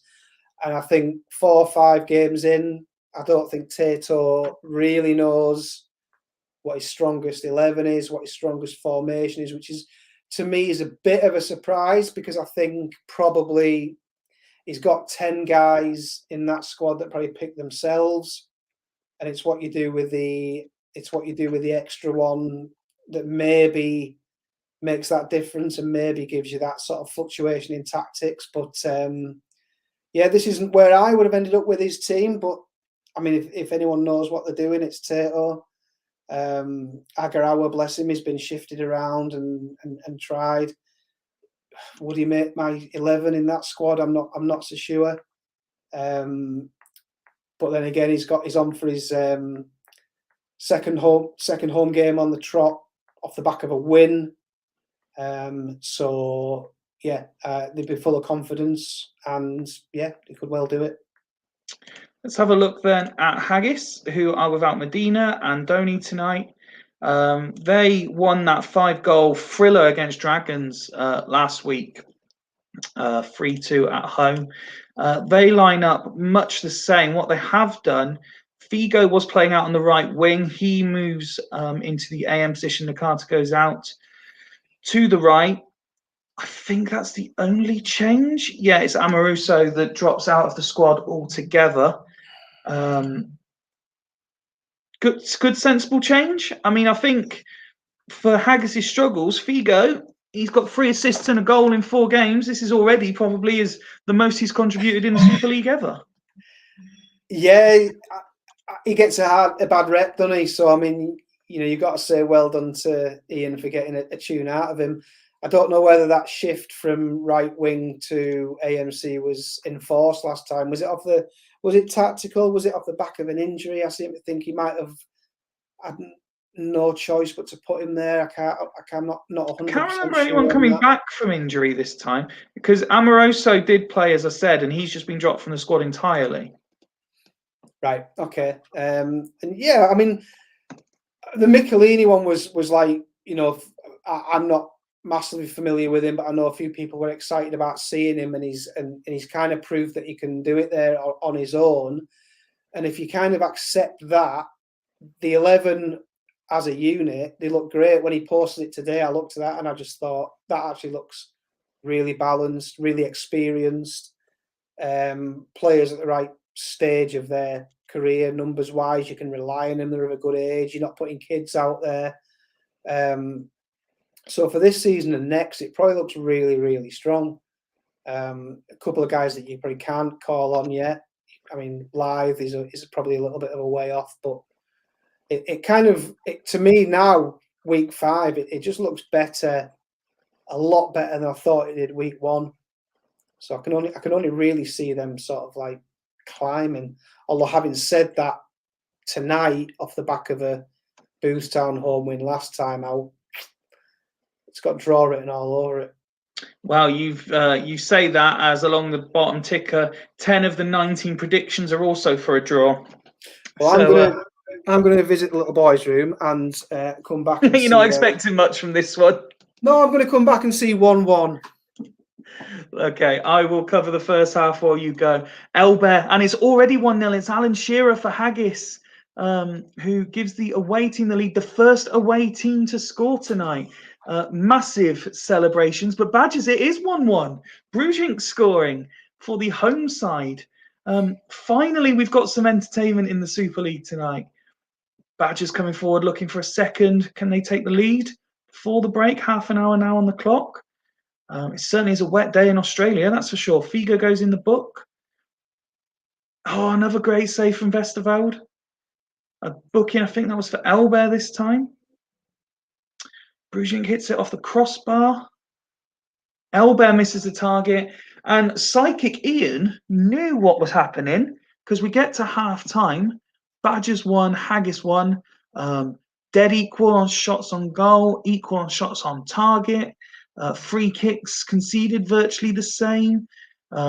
Badgers are winning that infamous throw-in battle, though. Pass completion, both teams got high. Badgers slightly higher. Tackles 1. Badgers certainly doing better there and dominating in the air. So maybe Badgers just about edging it, but certainly not convincingly. Both teams very much in this. Solid performance all round. No areas of concern fitness-wise. The ball seemingly, looking at this, being played out wide, particularly on the left quite a bit from the Badgers. Lizarazu seeing a lot of it. Samuel, the only player in the book for them. Ian returns. You were right. You've come back half-time, 1-1. Yeah, crikey. Got something right for once, have I? And it's been a very entertaining 1-1. If I've just very quickly to go back onto the match stats for you, both sides creating chances. Looked like it could be anything before the whistle. I've missed a good in there, haven't I? Yeah, you certainly have. Looks like Lizarazu was involved from the. Yes, I was just commenting as you returned. Lizarazu seeing plenty of the ball. Yeah, some good players in amongst there, isn't there, crikey? We tick over to the Haggis team. Their ratings not as strong looking, and definitely not seeing as much of the ball, Ian. A lot of single figure passing there going on, isn't there? Yeah. And your double figures are from your centre backs. And Paul Scholes. And your DMC. So, yes, slight concern for the second half there, I guess. Although, wow, Michelini, 10 tackles and he's won 2 of them. And on a yellow. No wonder he's on a 6. Yeah, it's like it looks at tipping point, doesn't it? This one. So Davidov comes on at half-time for the home side for Ficini. That's all happening there. Ronaldo coming on for Elber for the away side. And Rosicky also coming on. He will be taking the place of Nakata. Yeah, I'll go with that. Yeah. Let's resume the action, head towards the hour mark, then see how these changes affect the flow of what's been a very entertaining game. Ronaldo comes on, goes straight in the book. Another free kick for a foul on Brujink. Lizarazu seems plenty of the ball again in this half. And then, fuck me, all the 60s go past without a thing happening. So we pause the game on 72 minutes, Ian. Are we going to see a winner here? Kind of doesn't feel like it, does it? I think if we are, it's a home winner. But it's a few of these games we've had tonight, it just feels like it's going to ride out to the end. I don't know. I mean, where do you go from there? I mean, the obvious one for me, Roberts on for Agahauer. I mean, Agahauer is yet to sort of find. I mean, he had a decent spell under Dimble. AMC is yet to really shine in the Super League, but. Swiatkowski's coming on for Lizarazu, which surprised me because Lizarazu's involved in all the good work by Badgers. Agahauer off for Zizi, as you predicted, is the other change. So all the subs being used. Certainly a more potent looking strike force with Zizi up there, isn't it? Oh, definitely. I mean, he's got things out of him in the past, hasn't he? It's a little bit of a surprise that he's maybe not more involved.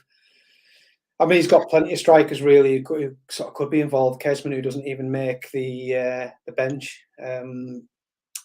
So, yeah, I mean, I guess there's nothing really Haggis can do from here, is there? I would maybe be looking at even just a little diag arrow on Scholes just to push him a little bit further forward. Yeah, I mean, little tweaks like that. Certainly personnel-wise, there's nothing you're going to be able to do. Yeah, perhaps, because you've got Simone in there who's a... Do you go all out and push the wingers forward with diagonal arrows and really try and press them on? Away from home, probably not, because, you know, at the minute, you're not really having to go chasing it. Just wait confirmation from Ian what he wants to do, if anything. Discussions, Tato defending the decision to pull Lizarazu on 72 minutes. Swap Figo and Rosicky, please. That is it. So the only change, a slight tactical tweak, Ian? Yeah, doesn't know whether it's coming or going, Figo, does he? Let's resume the action, including stoppage time. We've got about 20 minutes left of this one. Haggis withholding a bit of pressure there. Brujink coming forward. Still Brujink coming forward. Spectacular effort and a sensational goal. And Brujink has 2 for the night. And Badgers looking to maintain this run of home wins for teams tonight and make it 2 home wins in a row for them as well. Brujink lines up free kick, but he plays it short. Zanetti, Davidov, Van der Vaart. Figo gets in the way. Ronaldo now comes forward. Excellent tackle though. Scholes picks up the loose ball. Rosicky, it's 2-2. And the change works, and this is why the managers are paid the big money to make these sorts of decisions. And could they be on for another 5-goal thriller, Haggis? Say Roberto hits the side netting. 4 minutes being added on.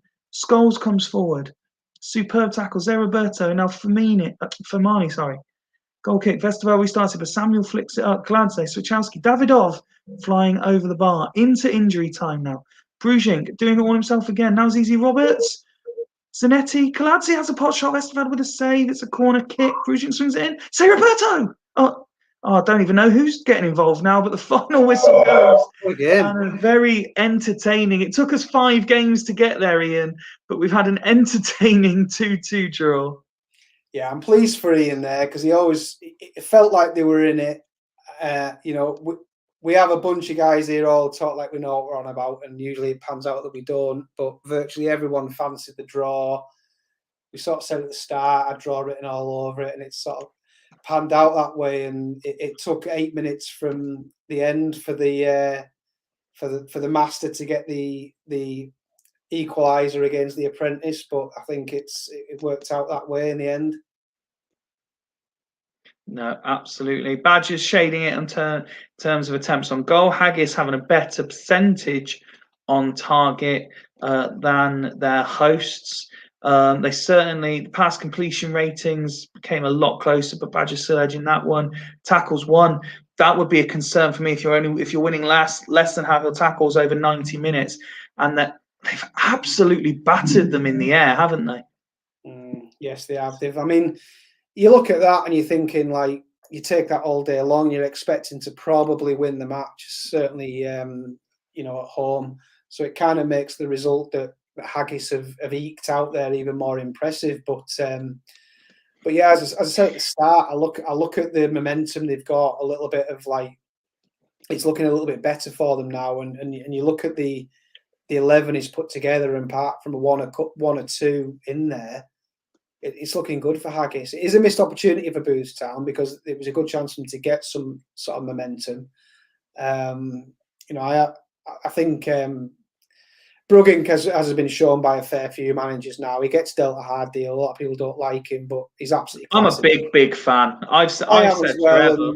I just feel, I know it's like probably one of these things that won't pan out in the Super League because it's home save stuff, but I just think that an opportunity to team Brugging up with Kesman for me at Booth Town is too much of an opportunity to miss, and I'd love to see that. I'd love to see that given a go. Okay, let's have a look at Haggis then. Figo, like you say, didn't know whether he was coming or going. He had some involvement, not as much as perhaps he would have liked. Contrast to kind of some of the other games we've seen tonight, the attacking end of the pitch looked reasonably okay.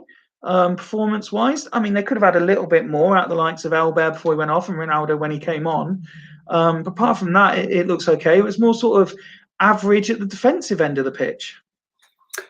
Yeah, a lot of tackles thrown in, not a lot made, but they've had to make a lot of try and make a lot of tackles to make the ones they've made, if you know what I mean.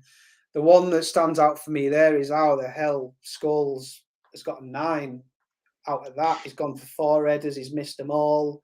He's won half his tackles. He's not completed a huge amount of his passes. Although 3 of them have been key. He's come away with a 9. It's a little bit baffling, but then there are more positives. Shearer continues to impress, and he'll be good for all season and next. So yeah, I mean, there's a few 6s in there which make it look not so great, but there's enough in there to think they're going forward. No, absolutely. And that brings us on to our penultimate game of the evening, which sees Dan's Gazelles travel to Bostock Stanley. As we saw in the intro, Kivu, he's out for a month, but stays in the first team squad, not wanting to be replaced. Oliveira out injured today as well. So that says Vrede come in to centre back. And I want to say there was one more change. Where was it? Petrov? Yeah, Petrov comes into defensive midfield. But everything from the midfield 4 forwards stays the same for what has been an impressive start to the season. Yeah, I mean, firstly, what I would say is you've got a big player there, gets injured, you leave him in the first team squad. That's what I'd do. Full marks to Dan for not dumping him in the reserves, just leave him there. You've got 23 other fit guys. I'll love to see that. And then we're back to the same old situation, like people writing Dan off, people writing Rivaldo off. 15 predictions for Gazelles to lose tonight. People writing DiBiagio off. All these guys have done well. And I mean, some guys, past and present Super League managers, would have Vrede ahead of Kivu anyway. No big deal. I'm not sure. Oh, I think a few would. Adilson, who obviously I know very well from my time at BTEC, come in and absolutely battered some teams before he fell off a cliff later on in the season. But make hay while the sun shines, and while he's doing for you, stick him in there and join up with Pizarro, who's obviously going great guns as well under Dan. It looks decent, doesn't it? It certainly does. Tato saying Frede over Kivu all day long. Jens suggesting they're playing Bostock, possibly the best 11 ever assembled in the Super League. Yeah, tell me about it. Let's have a look at that Bostock team then, who, if they could, they beat you last time out, and as if they couldn't get any stronger, Oliver Kahn comes back from suspension. Yeah, literally all he had to do on it, bring Jens Musterman back in and go again.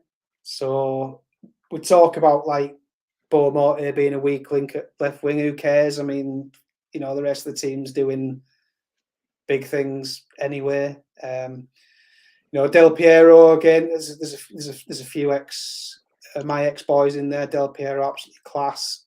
Again, first half of the season, he'll probably tail off second half. But for me, Totti versus the Nikiforenko in that deal, I think he gets the better end of that deal.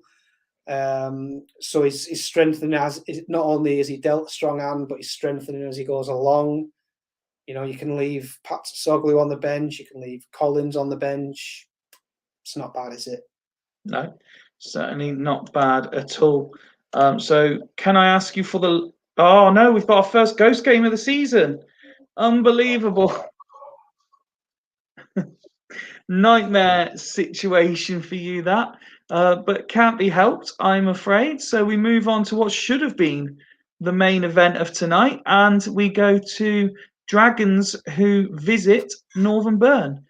So we will have a look at your opponents first. We mentioned Victor Bayer earlier. He continues in goal.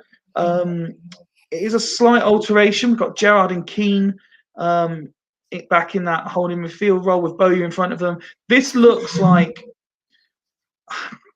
I'm going to say, with the possible exception of Ronaldinho, who I might have swapped with Sinkoviak and put maybe Constantinu up top, as close to I've seen as the Dragons get to their strongest 11. Yeah, I'd agree with you. It's a concern, that's for sure. I mean, I think he posted his team quite late, and I was quite interested to see what he was going to do. And I don't know whether he was waiting for me or not, but I mean, mine picked itself because everyone was available. But yeah, I look at that and I just think once he figures out the triangle up top of what's his best three, then they fly for the rest of the season. And it's whether or not he's figured it out tonight against us. And I hope not. No Luca Toni in the squad. Casas still hasn't even made his debut. There's some talent in this squad that's not really getting a look in. Lee Young-pyo, another one, not even made a substitute appearance yet. Balde, perfectly capable player if needed. No dodginess, Edwards, just graft, mate, says Duggan. I mean, it must be a bit of a relief for you to see the likes of Casas and Tony not even in the squad.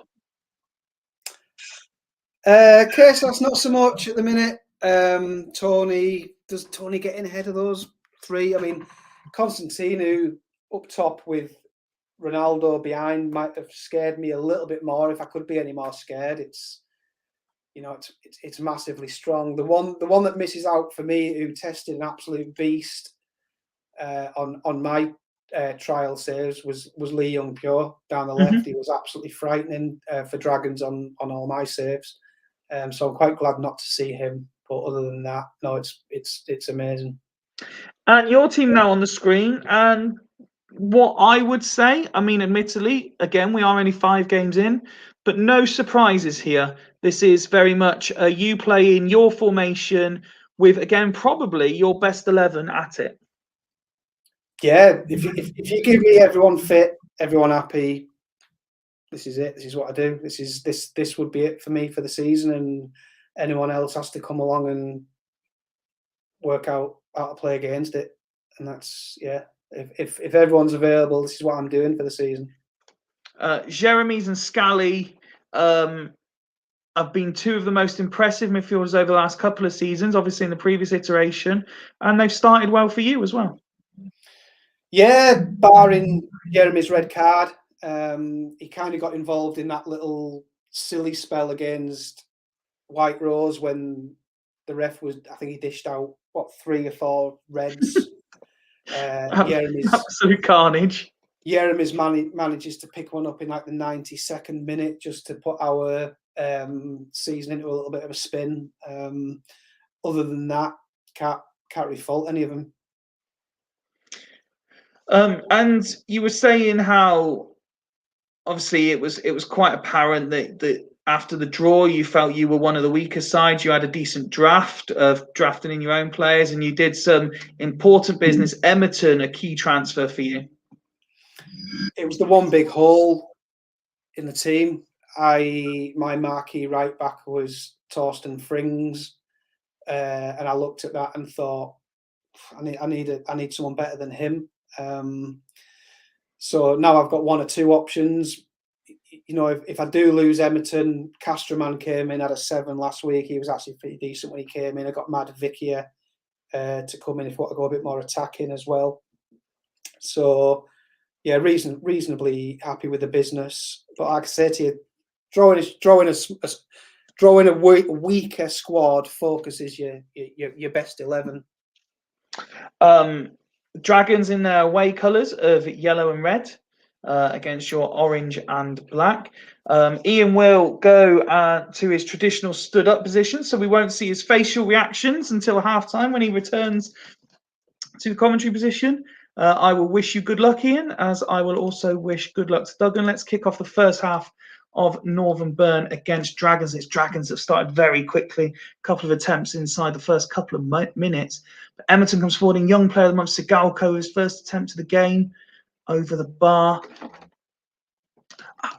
And Burn go 1-0 up. It's Harry Kuehl with his first ever goal for the home side.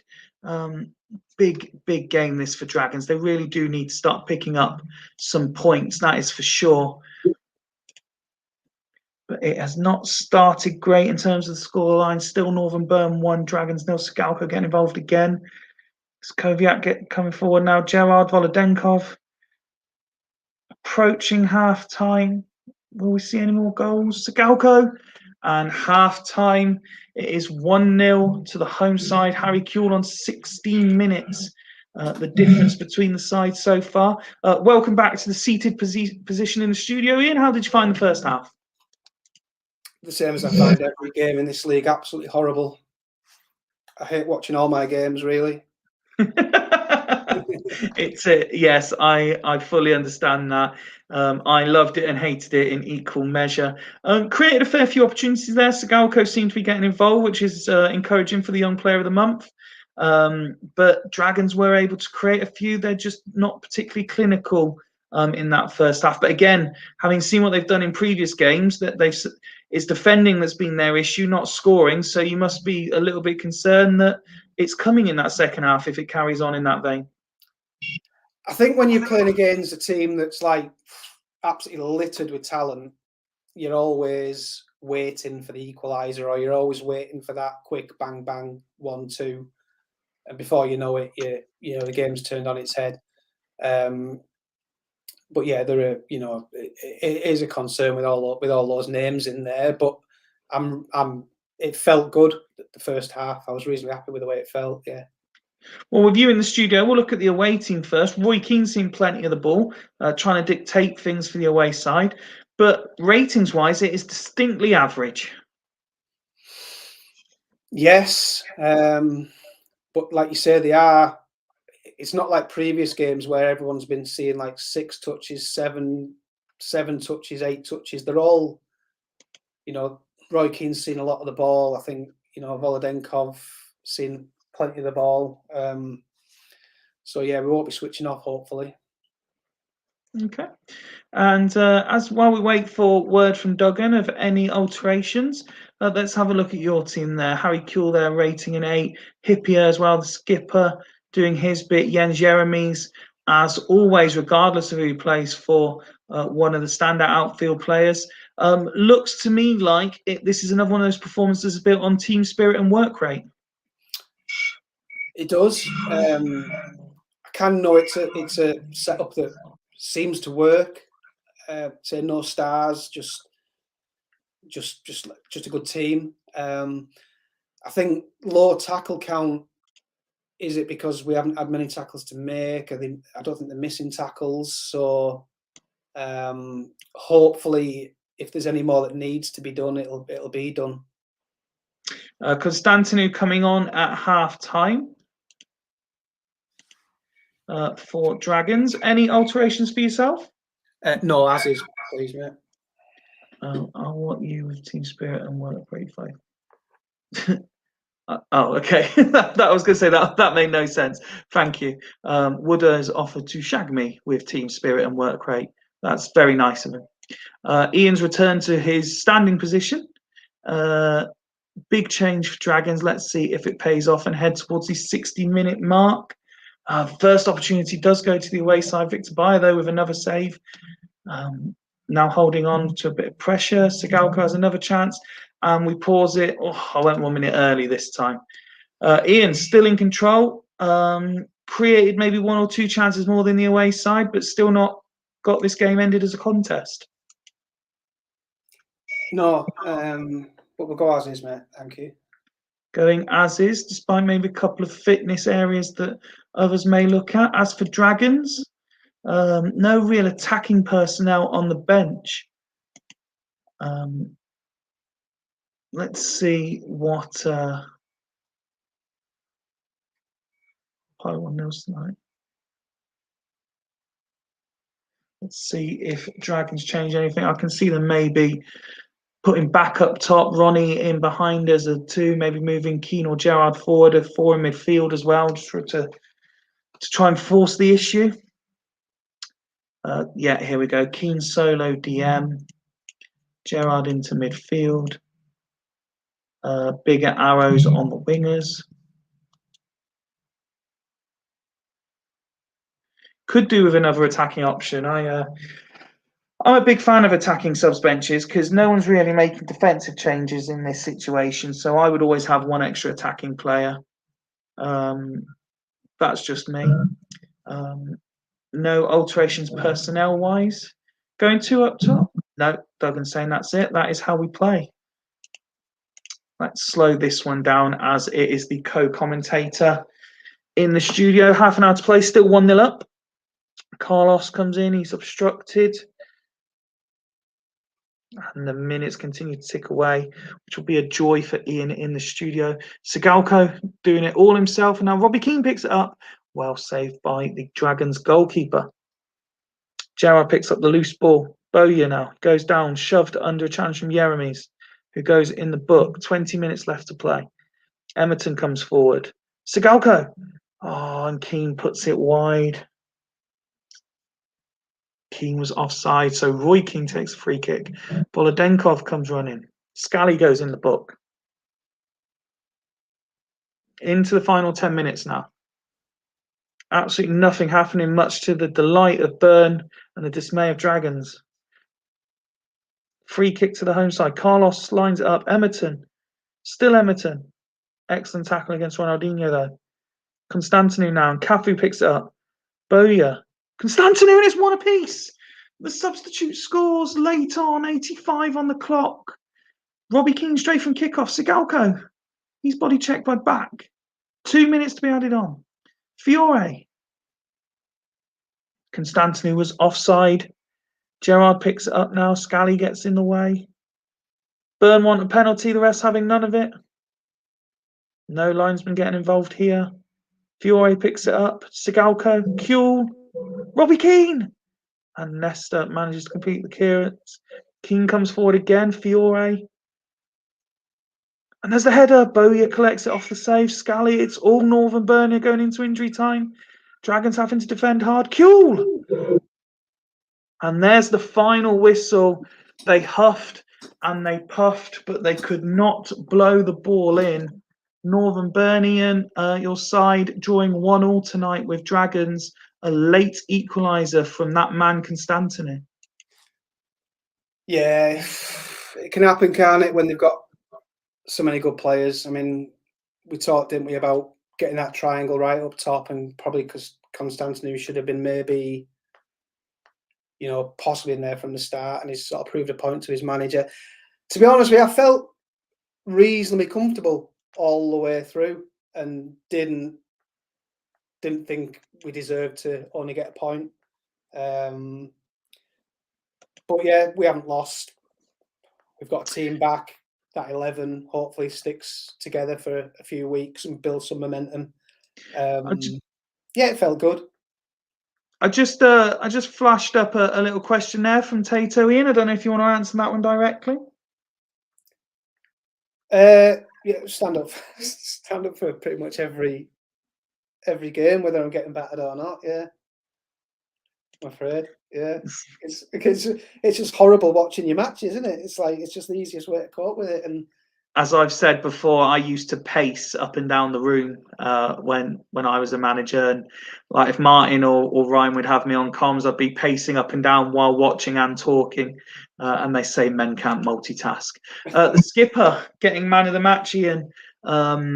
Considering that, particularly when it got to one apiece, it was just your side absolutely battering down the Dragons' defence, trying to get that winner. It was your captain and centre back who gets man of the match, just for keeping it tight for the most part. Well, both centre backs have had a 9, but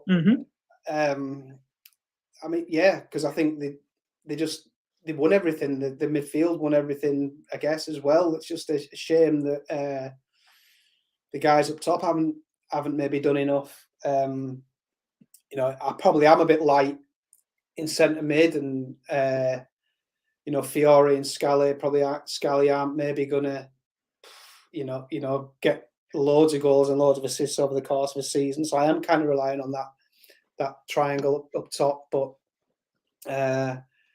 yeah, I think probably man for man, we probably outplayed them in most of the pitch. But like I said to you at half time, you're coming up against a team that are littered with talent. They're always going to come and get a goal against you at some point, aren't they? I mean, the relief is it doesn't go bang bang and they don't get that 2. That quick fire double. But like we talked about, you mentioned, didn't you, earlier on, like Quim and Vitor Bahia has done what Quim's been doing, and you've got to take your hat off to Duggan for bringing the likes of him into the Super League and having faith in him and doing a job. When we all talk about his midfield, his attack, yeah, he's gone and plucked a goalkeeper out of obscurity, and he's gone and got him a point. Well, I'm looking at this thinking if the goalkeepers swap clubs, you absolutely win that game. Yeah, maybe. I mean, I don't consider Kiotis to be a top 5, top 6 keeper season 1 Super League, but he's done. I can't knock him. He's done well for me start of this season. So yeah, it is what it is. I'm happy enough with that 11. There is a few guys I'd take out of here for definite and put them in my 11, probably half a dozen of them. But no, I think Dragons probably there's enough there to figure out, what they've got, what works well, what doesn't work so well, and they could well go on some serious run coming up because good manager, loads of good players. Yeah, why not? Dragons, for all the entertainment that they've provided, which is much of a relief, because if you remember when I was sharing my test save, Dragons were the most boring team in the Super League, but they've been entertaining this season so far in the opening games, but they found it very difficult getting results. As you say, there's enough there though to suggest, similar to what we're saying about Fulchester, it's just like that one tweak or that one bit of luck and everything changes, isn't it? It's just finding the right recipe, isn't it?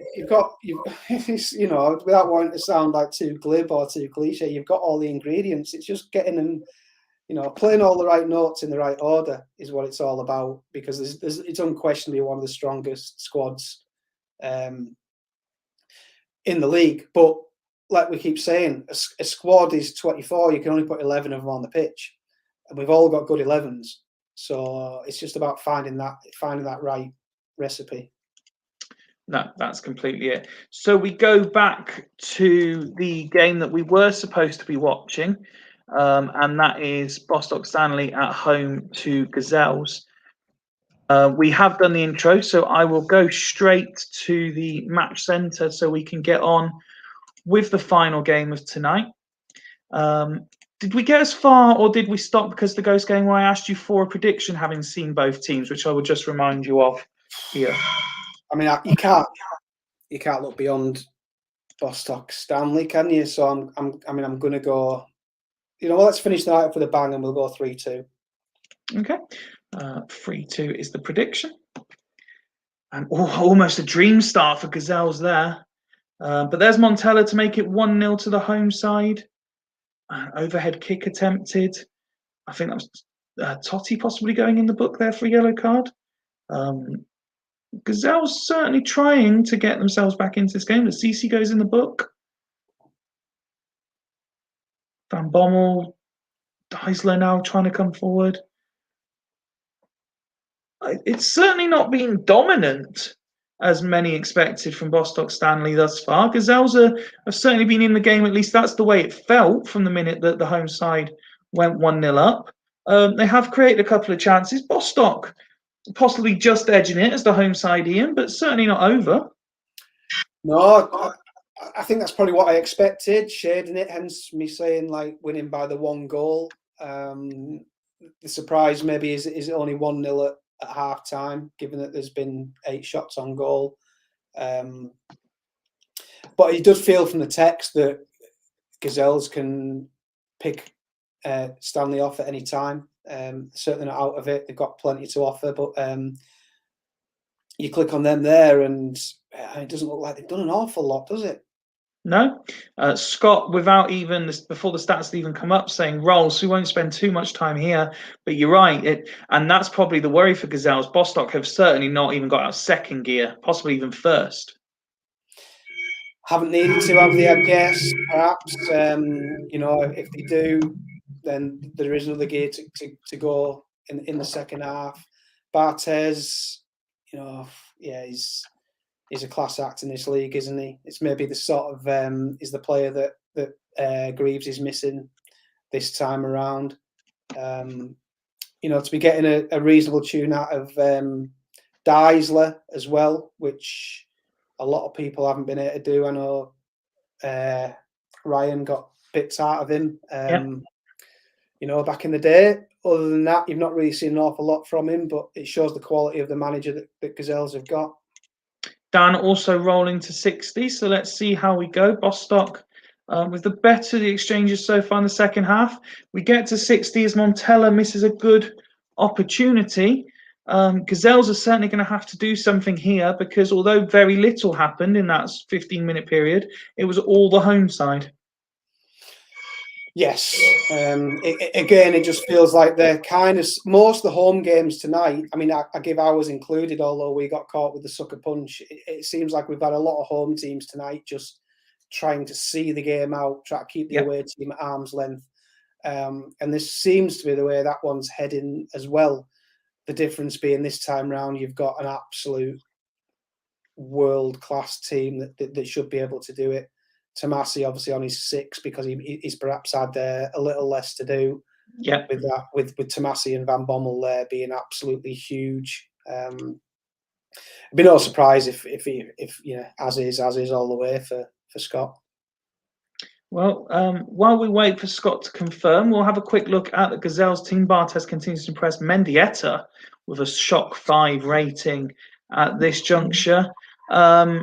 There's no out-and-out striker as such to try and force the issue. Hersey, the only real attacking option. So it wouldn't surprise me, really, if Gazelle stuck as well.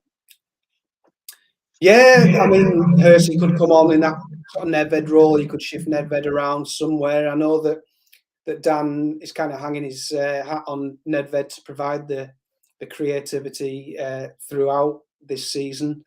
He'd be loath to take Rivaldo off, given that he's made those contributions. Right, he's got his straight swap Hersey for Nedved for Gazelles. Big call. Still no confirmation from Scott if he wants to do anything yet. We'll just give it another 30 seconds or so. Last game of the night. Looking at this Gazelles team, have they still got it in them to at least pull it back and get a point? Oh yeah, absolutely. Yeah, I mean we've seen tonight that teams can go and get that equaliser late on. It's the longer it goes 1-0, the more chance Dan's got of going and nicking something. Collins comes on for Del Piero for Bostock. And then swap sides as well. Let's see how that plays out.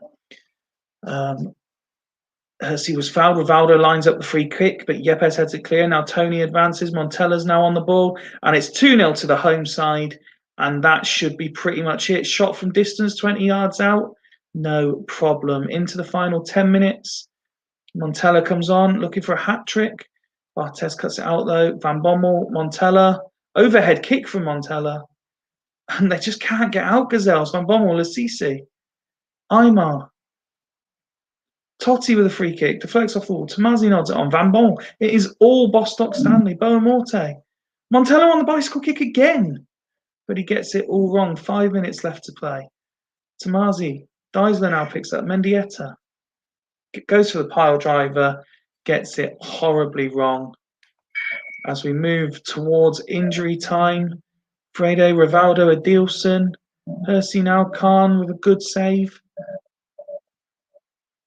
Defenders playing 1-2s with defensive midfielders.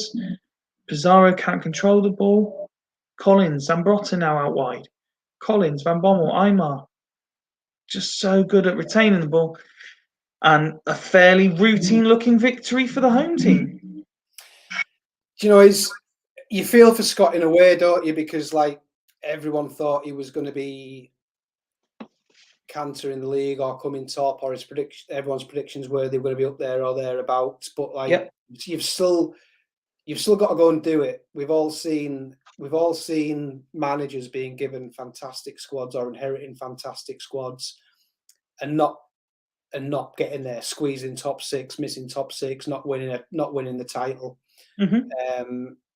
Scott's been handed that team, but he's actually gone and done it, which is, you know, it's easy. Well, he hasn't done it yet. It's easier said than done. But he's getting that momentum. He's building that kind of mystique around him, that unbeatable sort of mystique around him. I haven't got access to the chat now, but I bet everyone's just saying, "Wow, Stanley, just look, whatever." And already, already people will be fearing them. And you've got to say fair play to him, because he's not disappointed, has he, with what he's done so far? No, absolutely not. Collins coming on and making a contribution. Montella unsurprisingly getting man of the match for his performance. Khan's come back in and done well. Solid defensive display from Yepes and Lassisi as well, as you say. Just talent all over the pitch, living up to the hype, living up to the potential early on in the season. As for Gazelles, 5 for Pizarro, 5 for Di Biagio, couple of other 6 ratings. They picked the complete wrong day to be bang average, or was it more a case of Bostock made them bang average? It's a nightmare fixture, as I know very well. I mean, we went there last week, lost 2-1. We competed really, really well, but you're sort of watching the game and you're just feeling like you're playing a little bit of a brick wall. And I think when Dan's going to be disappointed, because you go in a game like this, you need Mendieta to turn up, you need Pizarro to turn up. You know, those two guys don't, then really you're pretty hamstrung. Even Barthez has gone from a 9 to a 7, and it's kind of sort of petered out a little bit for them from where they were competing in the first half. They've all been very, very busy, but you know, not to huge effect. 8 tackles attempted for Mendieta, 2 made. Well, as Tato points out in the chat, look at Bartez's tackles. What's going on? Crikey. He can't give the ball to his own team to save his life either, which is actually not like Barthez. It was decent with his feet. Well, congratulations to Bostock, who, I believe I'm right in saying, remain unbeaten this season. Commiserations to Gazelles, who dropped points for the first time this season. And that concludes tonight's action. Let's have a look through the classifieds again then. So we had Badgers drawing 2-2 with Haggis. Bostock, as we just saw, winning 2-0 at Gazelles. Burn, your side, Ian, drawing 1-1 with Dragons.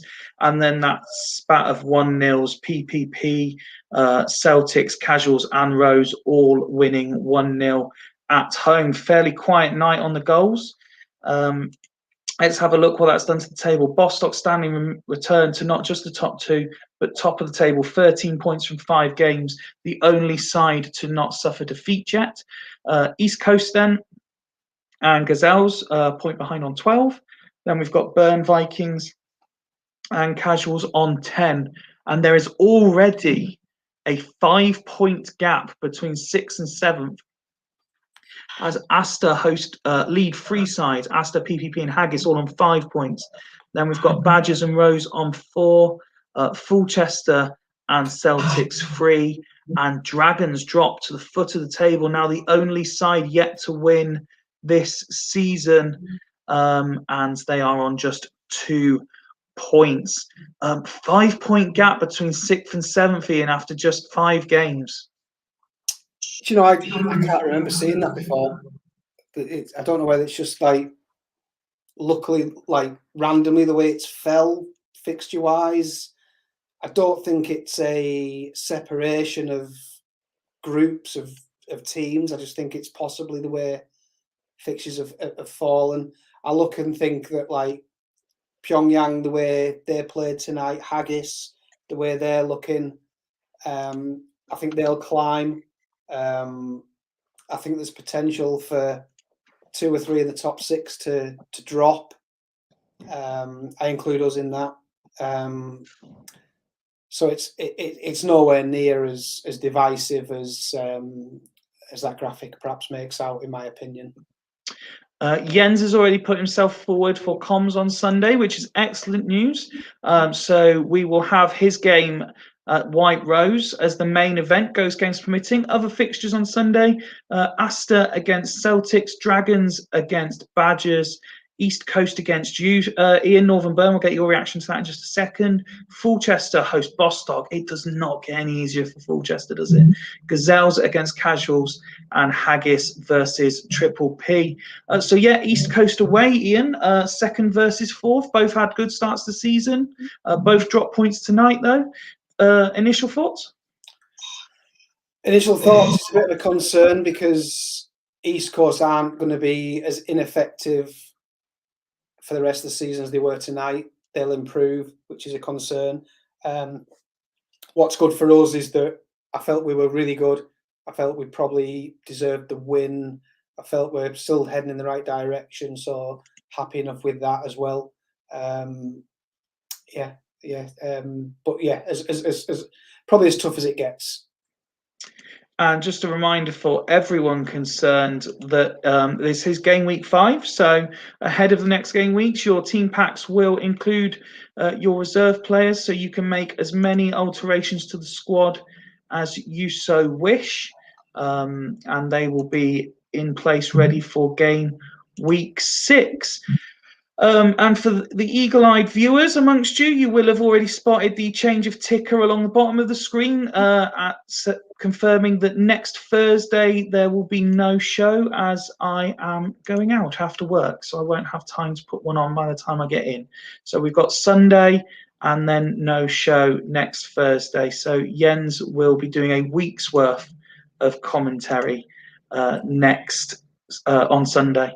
Ian, any final words from you as I click through these final figures on the screen? Not particularly on the figures or on the screen. Just after my initial nervousness about being on camera, I just want to say I love the new setup.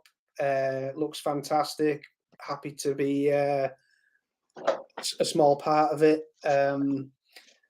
And I think, yeah, I loving being in this. You know, whether you get a shit draw, whether you get a good draw, like I mentioned at the start of the season in the chat, the team soon starts to feel like your own. You know, you whatever your narrative is, whatever your storyline is, or whatever the trajectory of your season is, you just take it on, own it, do your best with it, and see where it goes. But yeah, No, loving it, and thanks for having us on, and yeah, really enjoyed it. No, thank you. You certainly, if you were nervous, it didn't come across, mate. You were excellent value as always. And as I said to you at the start, I don't know if you'll agree or not, but pretty much after the first game, you forget you're on camera because you're just doing what you were always doing anyway, and watching the game and commenting on what you can see on the screen. You kind of forget that you're there. In answer to Tato's question, when pack's coming out, that will be tomorrow as normal. It might be a bit later tomorrow, as again, I am going out after work, so you will get them when I come home. But as it's Friday night, I don't mind staying up and doing them, as I did whenever it was till gone 1 in the morning, to make sure you all get your Super League information. But don't forget reserve swaps. Me and Jens will see you Sunday. But until then, from me and Ian, good night. Cheers, boys.